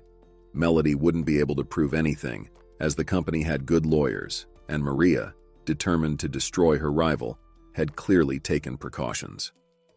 Filing a lawsuit against Cameron over the apartment dispute wouldn't work either. After all, Melody was now unemployed. Yes, Cameron was right. She wouldn't be able to pay the mortgage. We need to try to get Abby back, Melody decided. Her father and stepmother were skeptical. They doubted that Abby would be returned. This could be fought for if the child was theirs. But who was Abby to Melody? Just a stranger's child. Nevertheless, Melody decided to at least find out where the girl had been taken. A couple of days later, feeling slightly calmer, she began her search. The authorities refused to talk to her, despite Melody's pleas and appeals. So she began visiting the city's shelters day by day. There were several, but not too many. At each one, she simply walked around, waiting for the children to be taken out for a walk, and carefully scanned the area for her daughter over the fence. She had no luck in 3 shelters, but in the 4th, fortune smiled upon her. Approaching the orphanage when the youngest group was out for a walk, the children were noisy and playing. Occasionally, the teacher would scold them sternly. Suddenly, Melody noticed a girl sitting in a gazebo, away from the others. She squinted and her heart skipped a beat. It was Abby. Melody wanted to call out to her, but at the last moment, she realized it would only make things worse. She'd either be chased away or the police would be called. Besides, Abby might get upset.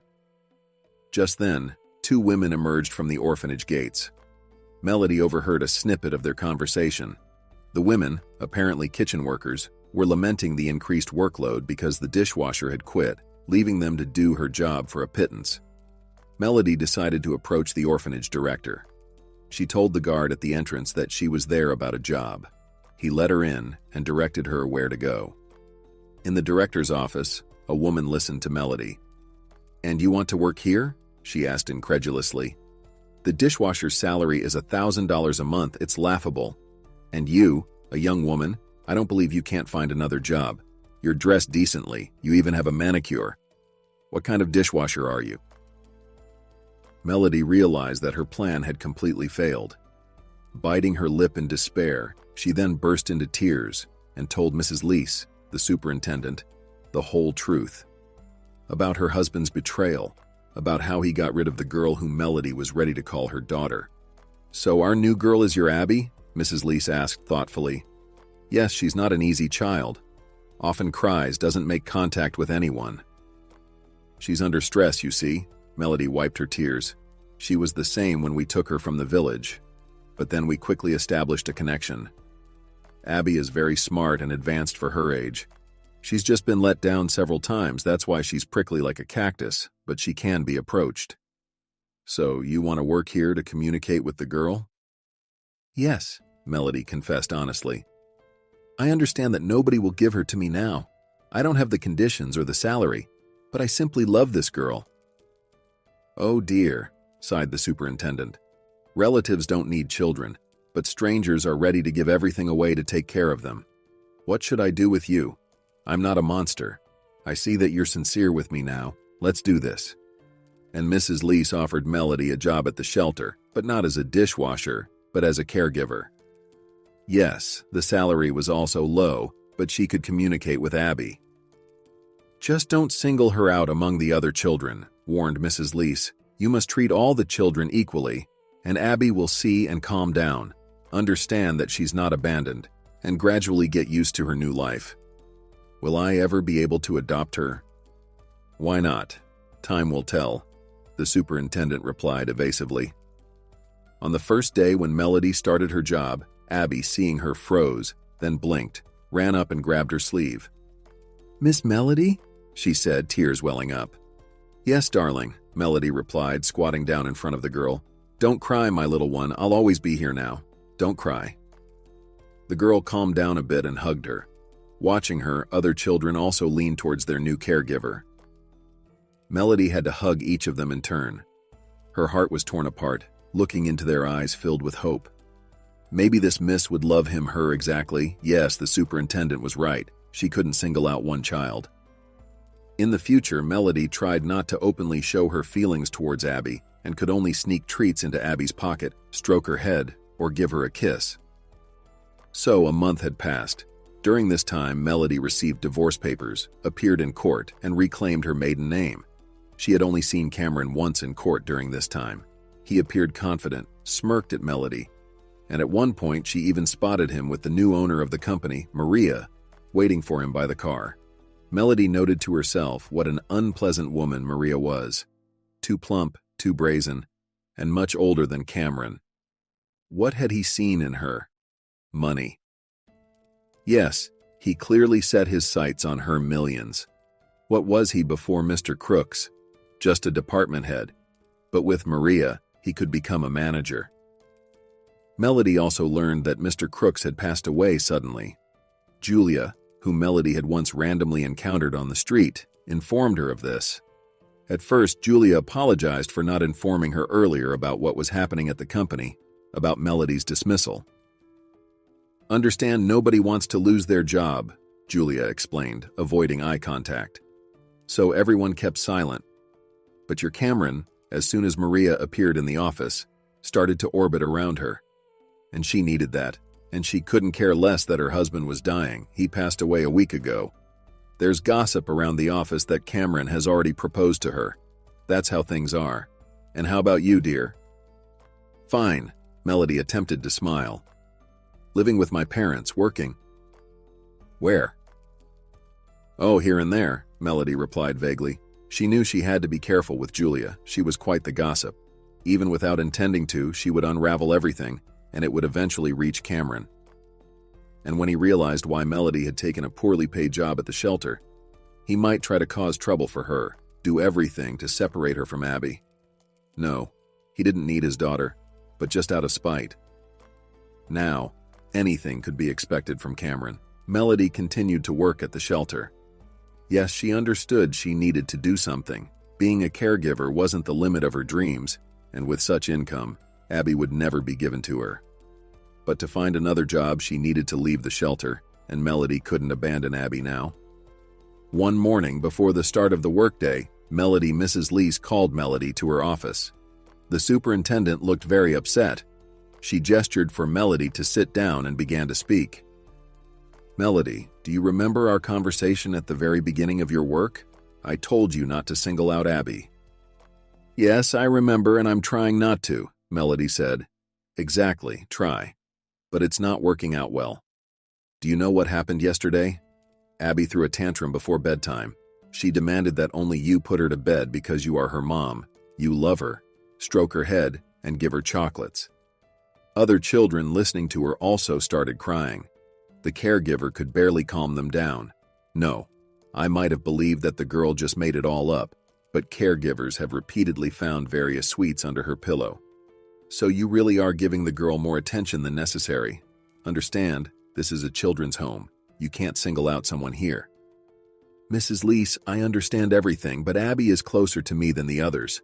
I can't help it, Melody barely whispered. Forgive me. I'll try not to do it anymore. No need to try harder, Melody. You're fired, Mrs. Lease said sharply. But how is this possible, Mrs. Lease? Please, no. Give me another chance. Understand, Abby feels better when I'm around. Melody said, almost in tears. I beg you, put yourself in my shoes. I love this girl very much, but I can't take her away. You yourself understand that with the income here, no one will give her to me. Give me a couple more months, let me work. Abby will calm down completely, and then I'll leave, find a new job, and file for adoption. And you've planned everything? Mrs. Lee smirked. No, my dear, it won't work like that. And about adoption.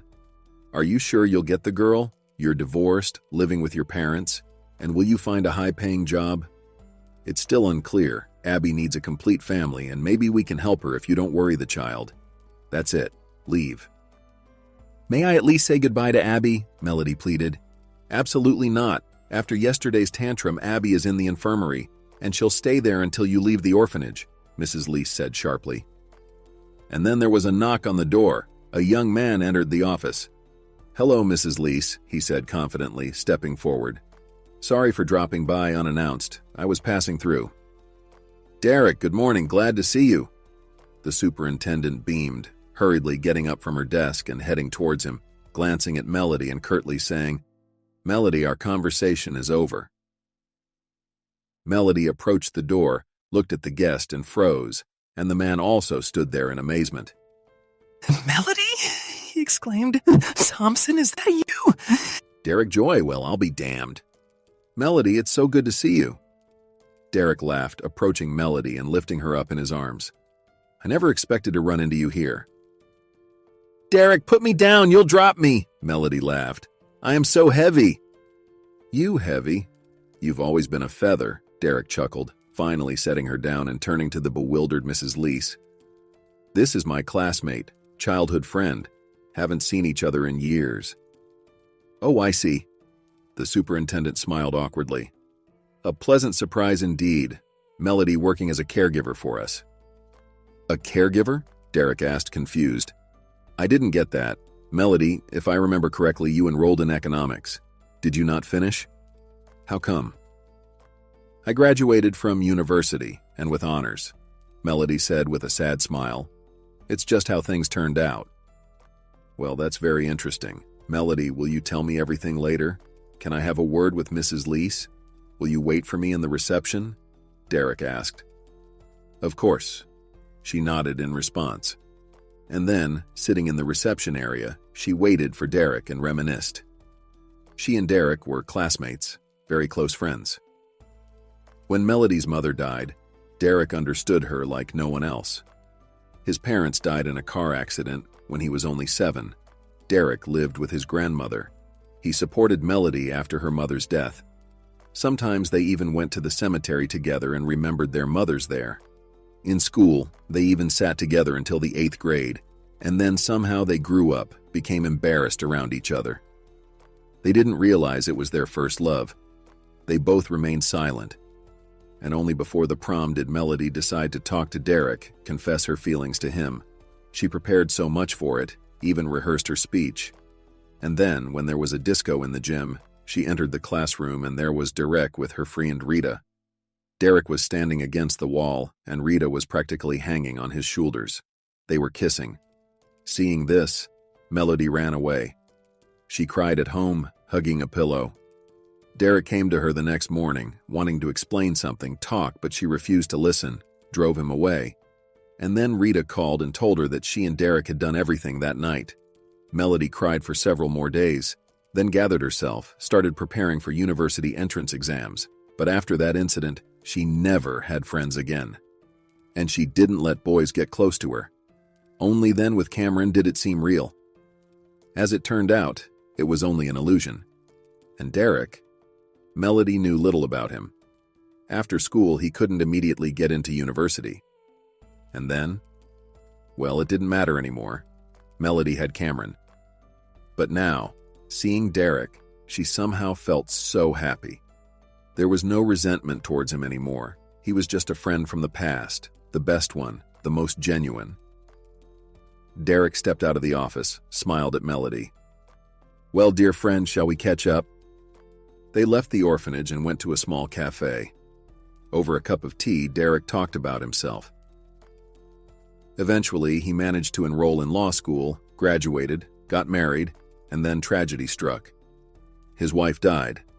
She was hit by a drunk driver at a pedestrian crossing while 7 months pregnant. The culprit was prosecuted, of course. But would that bring back his wife and child? Others might have turned to alcohol, but not Derek. He decided to leave law and start a business. Perhaps he was just lucky. His business took off quickly. Clients and investors appeared. And now, his company had weight in the market. People took notice. Melody shared about herself, her work, her husband's betrayal, and why she ended up working as a caregiver at the orphanage. "So you worked for my competitor's company, and I didn't even know." "It seems so," nodded Melody. "I heard about your company, but I never imagined you were in charge there. Surprising." "Yes, surprising," agreed Derek, looked thoughtfully at Melody, and suddenly asked, "Do you remember our school years?" "Of course." "And the prom?" "And the prom, although I'd rather not remember that."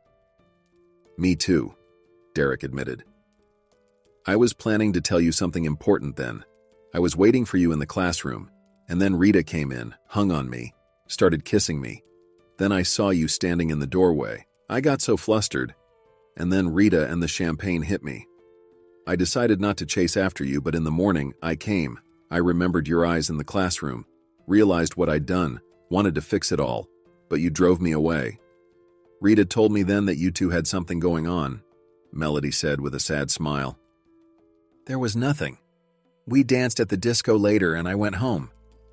They looked at each other. "Melody, we were so foolish. Why didn't we talk openly back then?" "I don't know," she replied. They were silent for a while, then Derek sighed and nodded. "Well, what's done is done. But now I won't just leave you like this. The superintendent told me you want to adopt a girl, but there are difficulties. Is that true?" "Right now, no one will give her to me. I won't even be able to see her now. Mrs. Lease fired me." "How did you come to that conclusion? She praised you so much.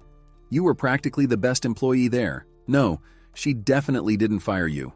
Probably she realized who you know."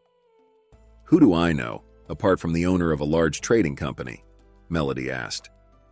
"A benefactor and sponsor," Derek said with a sad smile.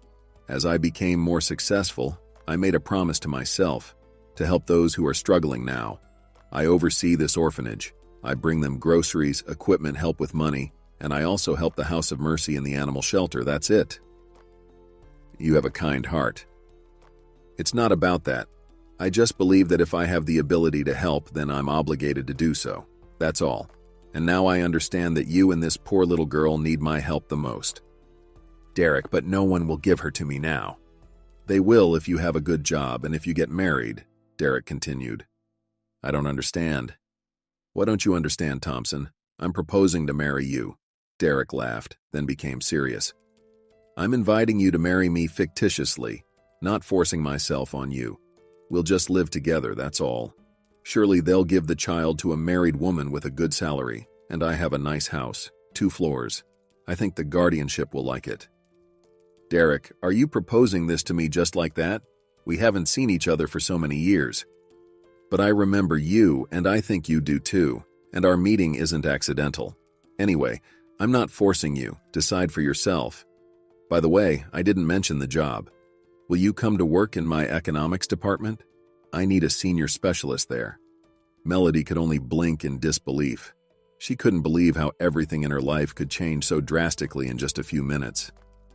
Derek, thank you. You're saving me and Abby too, but we don't love each other. Maybe there were feelings between us back in school that we never confessed to each other. But now everything's different. We're adults, we each had our own lives. Derek, I'm afraid it won't work out for us. If it doesn't, we'll divorce, Derek calmly replied. I'm telling you, let's get married fictitiously. Time will tell. I think it's all perfectly thought out. You'll have a decent job, the girl with you, and a wonderful husband by your side. And I, by the way, will benefit too. You cook well, don't you? I'll save on a chef. You joker, Melody laughed. And how? Derek winked. Got the documents? Let's go file the application. So unexpectedly, that day, Melody became a bride again. When Roel found out that his daughter was getting married again, he was furious. Where was she rushing to? Melody convinced him that this marriage was just a formality. She needed to get Abby out of the shelter. Moreover, the groom was known to her father, that very Derek, her classmate. I remember that classmate of yours, Roel grumbled. You ran away from the prom back then, and then cried. Do you think we didn't see that and we just didn't interfere? Dad, Derek and I cleared everything up about that evening. We were both foolish. We should have clarified everything right away, but we each showed our stubbornness. That's all. And why am I justifying myself to you? I'm a grown woman. I have the right to decide how to act. Make sure you don't end up crying again like after that prom. The father frowned, but Mabel, on the contrary, supported Melody. I think everything will work out for you, and not just fictitiously, she winked. And then everything started moving so quickly. Melody joined Derek's company, prepared for the wedding. At first, she wanted them to just sign the papers, but Derek insisted that everything should look real, so there were dresses, restaurants, guests, everything. Meanwhile, Melody went to the orphanage every day to see Abby. Mrs. Leese was now okay with them communicating. I'll take you home soon, Melody whispered to the girl. And you'll be my mommy again? Abby asked, pressing her cheek against Melody's. Again and forever, the woman smiled. Sometimes Derek also went to the orphanage with Melody to talk to the girl. They quickly found a connection. And occasionally, the girl already called Derek Dad. And then there was the wedding. It turned out to be very lavish, written about in local newspapers. Everyone admired what a beautiful couple they were. A journalist dug up the story of the bride and groom's acquaintance from their school days. Childhood acquaintances reunited. So romantic. And after the wedding, Melody and Derek realized that there would be no fictitious marriage between them. Their childhood feelings suddenly flared up with new force, transformed, and turned into true love. Only now did Melody realize that she had loved Derek all her life, and Cameron in her life was just a mistake. But if it weren't for Cameron, she wouldn't have her wonderful daughter now. Abby's guardianship was handed over without any problems, and the three of them became a real, strong family. Only one thing worried Melody. She still hadn't told Derek about her health problems. She was afraid. But eventually, it all worked out. Derek listened to her and then said that it changed nothing between them. Yes, they would seek help from the best clinics in the country, but if that didn't help, they already had Abby. What more did they need? A year had passed. Melody was working at Derek's firm. Things were going great. Abby attended daycare, and in her free time she enjoyed swimming and drawing. Maria's company was no competition for Derek's firm. It remained far behind. And lately, judging by the ratings, things there were getting worse and worse. Melody sometimes glanced at such information, just out of curiosity. She knew that Maria also ran the company, and Cameron, as he had dreamed, became the manager. But clearly it wasn't doing any good. Then one day, Melody received a call from an unknown number. From the first word, she knew who she was talking to. Cameron, Melody was surprised. What do you want? Yeah, just wanted to know how you're doing. Heard you got married. Yeah, I did. Melody, let's meet up. I have a business proposition for you. Business? She smirked. All business is at work. Come by, we'll talk. No, let's go to a cafe. It's very important. Trust me, it's important for you too. I have an excellent offer for you. Melody felt nothing for her ex-husband. Well, maybe she did resentment. Even her happy marriage with Derek didn't heal the pain from how Cameron treated her. Betrayals, treachery, and essentially theft. After all, he used Melody's father's money to buy an apartment, then kicked her out. And now he dared to call her and offer something. In the first second after hearing his last sentence, Melody wanted to tell him off, but she stopped herself. Let's meet, she replied as indifferently as possible. It was just curious what this scoundrel could offer, how he would look her in the eye. They met. Cameron looked guilty, constantly sighing and sadly looking at Melody. He timidly handed her a bouquet of roses. She took the flowers indifferently and asked why he called her. And then Cameron broke down. He began to swear his love to Melody. Melody, I've realized everything. I understand that I hurt you. I've been tormented, suffering without you all this time. Really? She chuckled. You may not believe me, be angry with me. But I know you love me too. You got married out of spite toward me. But you can't live without me either. Melody, we should be together. How do you imagine that? I'm married, you're married. You married your Maria, didn't you? I did, but that doesn't mean anything, Melody. Everything can be fixed, I know how. Melody decided to play along. She smiled at Cameron, touched his hand. I knew you'd come back. My dear Melody. He took her hand and began to kiss it, and Melody smiled, although she wanted to slap Cameron. She realized that Cameron didn't just ask to meet her out of nowhere and was now pretending to be in love. He needed something from her. Melody already understood that, so she discreetly turned on the recorder on her phone. Cameron, I agree with you. We made mistakes. I feel terrible without you. But what do we do now? We're not free, Melody sadly said. And my new husband, he's a very influential person. He can destroy us, leave us with nothing. Cameron, I don't want to live in poverty. My dear, I've thought of everything. You have access to your husband's accounts, to all his business affairs. You'll leak me all the information. I have good computer specialists, they'll help. We'll transfer all the money from your husband's accounts to offshore and leave this country. Melody will be happy. And your wife? What about her? I can't stand looking at her, a fat cow. She's stupid too. I've had control over all the company's affairs for a long time. I've already prepared most of the funds to transfer to my accounts. Her father is the only one getting in my way. The old fool just won't die. What can you do about that? Ha, I can do a lot. I've already swapped his medication a month ago. He'll croak soon, I'm sure. And then we'll do everything. And we'll leave, my love.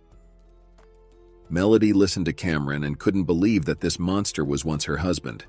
But why did he suddenly tell her everything now? It was simple. There must have been another plan. Melody smirked and then suddenly asked, And what will you do with me afterwards? Melody, what are you talking about? We'll leave together and live happily. I don't believe it, she shook her head. Cameron, you only love yourself. And what you're offering me now is just part of your plan. You clearly intend to get rid of me. You're wrong. I love you and I always have. Really loved me, huh? So much that in one day you ruined my life, took everything away, even our child? You didn't care about my feelings. Not then, not now. I don't believe you. By the way, don't you want to know how Abby is doing? Abby? Yes, Abby. Your daughter. I don't consider her my daughter. But I do. Derek and I adopted her and Abby lives with us. She's a very smart and talented girl. I see. Derek and I. So you deliberately called me out for this confession? What scum you are. My teacher was good. She smiled and got up from the table. It was interesting to hear you, enlightening. In conclusion, I want to say that I love my real husband. I feel sorry for your Maria, but I despise you. Everything you heard here is a lie. You won't prove anything, Cameron shouted after her. Melody just waved her hand at him and left, and in her pocket lay a phone with a recording on. She walked away, smiling. She had such leverage over Cameron. She needed to think about how to use it. But at home, another surprise awaited her. Derek told her that there would be a meeting at the town hall tomorrow where businessmen were invited, followed by a reception. We're going together, Derek said. By the way, Cameron and Maria will be there too. I saw the guest lists. Melody, I understand you find this unpleasant, but all the wives will be there, so we have to go. Honestly, I don't understand why they were invited. Things are getting worse for them. Perhaps Maria's father is trying to support his daughter somehow. He probably thinks the city government will pay attention to them and provide some grant for development, but I doubt it. So Cameron and Maria will be there. Melody smirked. Will the police be there? Are you planning to take them down or something? Derek joked. Darling, don't stoop so low, they'll punish themselves. But we can help them a little, Melody said, and she told him about meeting Cameron, about their conversation. Then she played the recording from the dictaphone. What a scoundrel, Derek exclaimed. He's robbing his wife, poisoning his father-in-law, trying to deceive me, and swearing love to you. Melody, I'm upset that you met with this scumbag. What are you trying to achieve? I want him to answer for his actions. Yes, you're right, we need to go to the police. Derek reached for the phone, but Melody suggested another, more effective option. These recordings are not enough. We need to prove even more that it's real, and Cameron needs to expose himself. You just want revenge, Derek bitterly chuckled. Melody, do you still feel something for him? No, why would I? Melody exclaimed. Only when I met you again did I realize that before I wasn't living, just existing. But he hurt me deeply. And I'm also upset for Abby. He never once called her his daughter, even when we lived together, just the girl. Does it matter what he called her? Abby is now my daughter and yours too. That's true, but I still want to put him in his place, to make him realize that he's not the smartest one, that there are consequences for him too. Okay, darling, I'll play along. And the next day a grand scandal erupted in the city. In the large hall of the town hall, there was a meeting between city officials and businessmen, followed by a luncheon to discuss matters in a more informal setting. Melody watched Cameron from the start. He was with Maria. Since the last time Melody saw her, Maria had become even thicker and aged significantly, and Cameron was by her side, like a faithful dog. He would bring her champagne, sandwiches. He smiled at his wife, whispered something in her ear. From the outside, it might seem like they loved each other very much. Several times Melody caught Cameron's glances full of anger and fear. Anger because she refused to support his plan, and fear that Melody might tell something. Maria also noticed her former rival and threw disdainful glances in her direction. At one point, the mayor came out and gave a speech about how businessmen were doing a great service for the city's development and expressed his pleasure that today the most worthy and successful people had gathered in this hall, who would continue to do everything for the benefit of the people. And then Melody raised her hand and stepped forward. She asked for the floor. Of course, the event hosts were a bit surprised but handed her the microphone. Maria, upon seeing Melody, opened her mouth, and Cameron froze in place. Thank you for giving me the floor, Melody said nervously. But I'd like to correct our mayor a little. Excuse me, Mr. Masterson said that the most worthy were gathered here today. Unfortunately, not everyone here is so deserving. Just yesterday, I had an interesting conversation with my ex-husband. I suspected something was amiss, so I went to meet him with a recorder. Anyway, I won't retell everything. Here's the recording. Have a listen. Melody held the phone up to the microphone and played yesterday's recording. Everyone in the room listened to what Cameron was saying. Soon, murmurs spread through the crowd. Everyone was wondering whose voice it was, and then Cameron couldn't take it anymore. "Shut up!" he shouted and lunged at Melody with his fists. "It's not true, it's a lie!" Derek intercepted him. Police officers quickly arrived and apprehended Cameron, who kept struggling and yelling threats at Melody. Then Maria approached him. "Is this true, Cameron? Is this how you repay me for making you a man?" she asked. "It's true, daughter," a voice was heard from the crowd. Everyone parted, allowing an elderly man with a cane to pass through. It was Maria's father, Mr. Fuller. The old man explained that Derek had called him yesterday, suspecting that his son-in-law was poisoning him. Mr. Fuller didn't believe it at first, but sent his pills for express analysis. The results came today. There was a small amount of poison in the pills, gradually bringing Mr. Fuller closer to death. "I came straight here from the lab," the old man declared. "I wanted to look this scoundrel in the eye. Derek told me his wife wanted to publicly expose the criminal. I thought it was all in vain, but it turns out it wasn't. Cameron, you're a criminal, do you understand?" Cameron blushed, whimpering something. The police escorted him out of the hall. Everyone present quietly conversed, discussing what had happened. Melody approached Derek and whispered with a smile, "It turned out pretty well." "Not bad, just not sure what comes next," Derek replied quietly. "Will our actions be approved or condemned? Maybe we should have quietly gone to the police?" Then the mayor spoke up. "Dear friends, we are all a bit shocked right now, but I believe everyone will agree with me that there are heroic people among us. Melody, you weren't afraid to speak out publicly against a criminal. Thank you for opening our eyes to this person." And everyone applauded. Melody saw Maria. She was sitting in the corner of the hall next to her father, crying. Melody suddenly remembered how Maria used to laugh at her in the parking lot while she cried. Now they had swapped roles, but Melody didn't feel any joy from this. She felt sorry for this unhappy woman. When Derek and Melody headed for the exit, Mr. Fuller called out to them. He rose with difficulty from the couch and extended his hand, first to Derek, then to Melody. "Thank you," the old man said. "You opened our eyes to someone we thought was our own, but turned out to be a wolf in sheep's clothing. And Melody, forgive us for everything. I know my daughter caused you pain, but she's just a foolish, love-struck woman. Now she'll rethink a lot." Melody silently nodded in response. "I'm sorry," Maria whispered to her. "And you forgive," Melody replied. Derek and Melody stepped out onto the street. It was early spring, bright sunlight dazzled their eyes, and a warm wind tousled their hair. Melody was in a good mood, but Derek walked pensively. "What's wrong?" Melody asked, surprised. "Everything turned out well." "Huh? Yeah," Derek responded. "What are you thinking about, dear?" "Oh, just talked to the trade minister," Derek said. "They want to redirect the Chinese to us. Do you think we'll handle the new order?" "Of course we will," Melody confidently nodded. "But what surprises me is when did you have time to talk about business? I think I ruined all your negotiations today." "Nothing of the sort," Derek laughed. "A true professional can handle anything. A hurricane, an earthquake, an offended wife." "Offended, but I'm the happiest. Now let's go home. Abby is waiting for us. Let's go."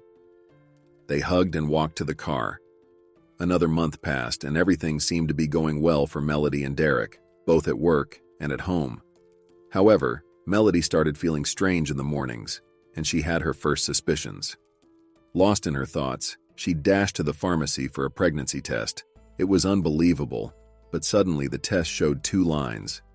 Melody waited for the right moment to share this news with Derek, but he was busy with Chinese partners, contracts, and other matters. One evening during dinner, Derek remembered that they needed to go to the cemetery to tidy up the graves of their relatives. "I also think we need to get your mom a new monument. What do you think?" he asked.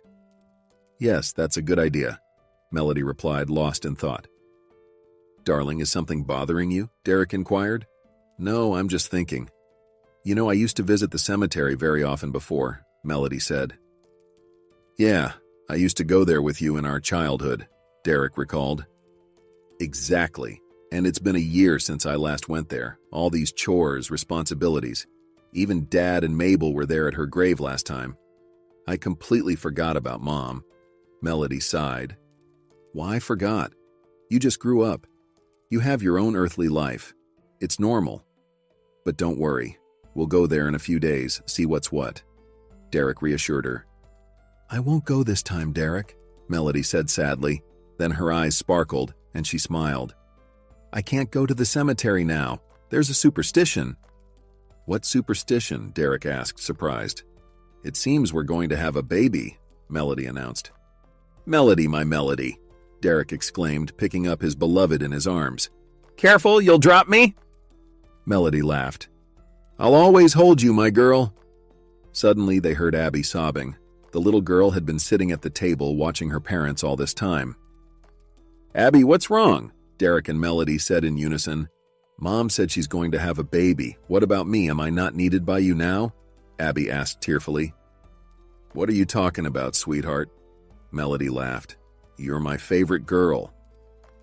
You're both my favorite girls, Derek replied with a smile. Come here, daughter. And picking up both of them, Derek spun them around in his arms while Melody and Abby laughed merrily, not afraid at all, because with such a husband and father, nothing in this life is scary. After this incident, a criminal case was opened against Cameron. He was tried and sentenced to several years in prison. They said he was serving his sentence in a prison not far from where he was born.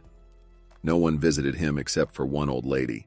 Melody realized it was Mrs. Hanson's mother. She was still alive then. And it turned out that her wayward son was only needed by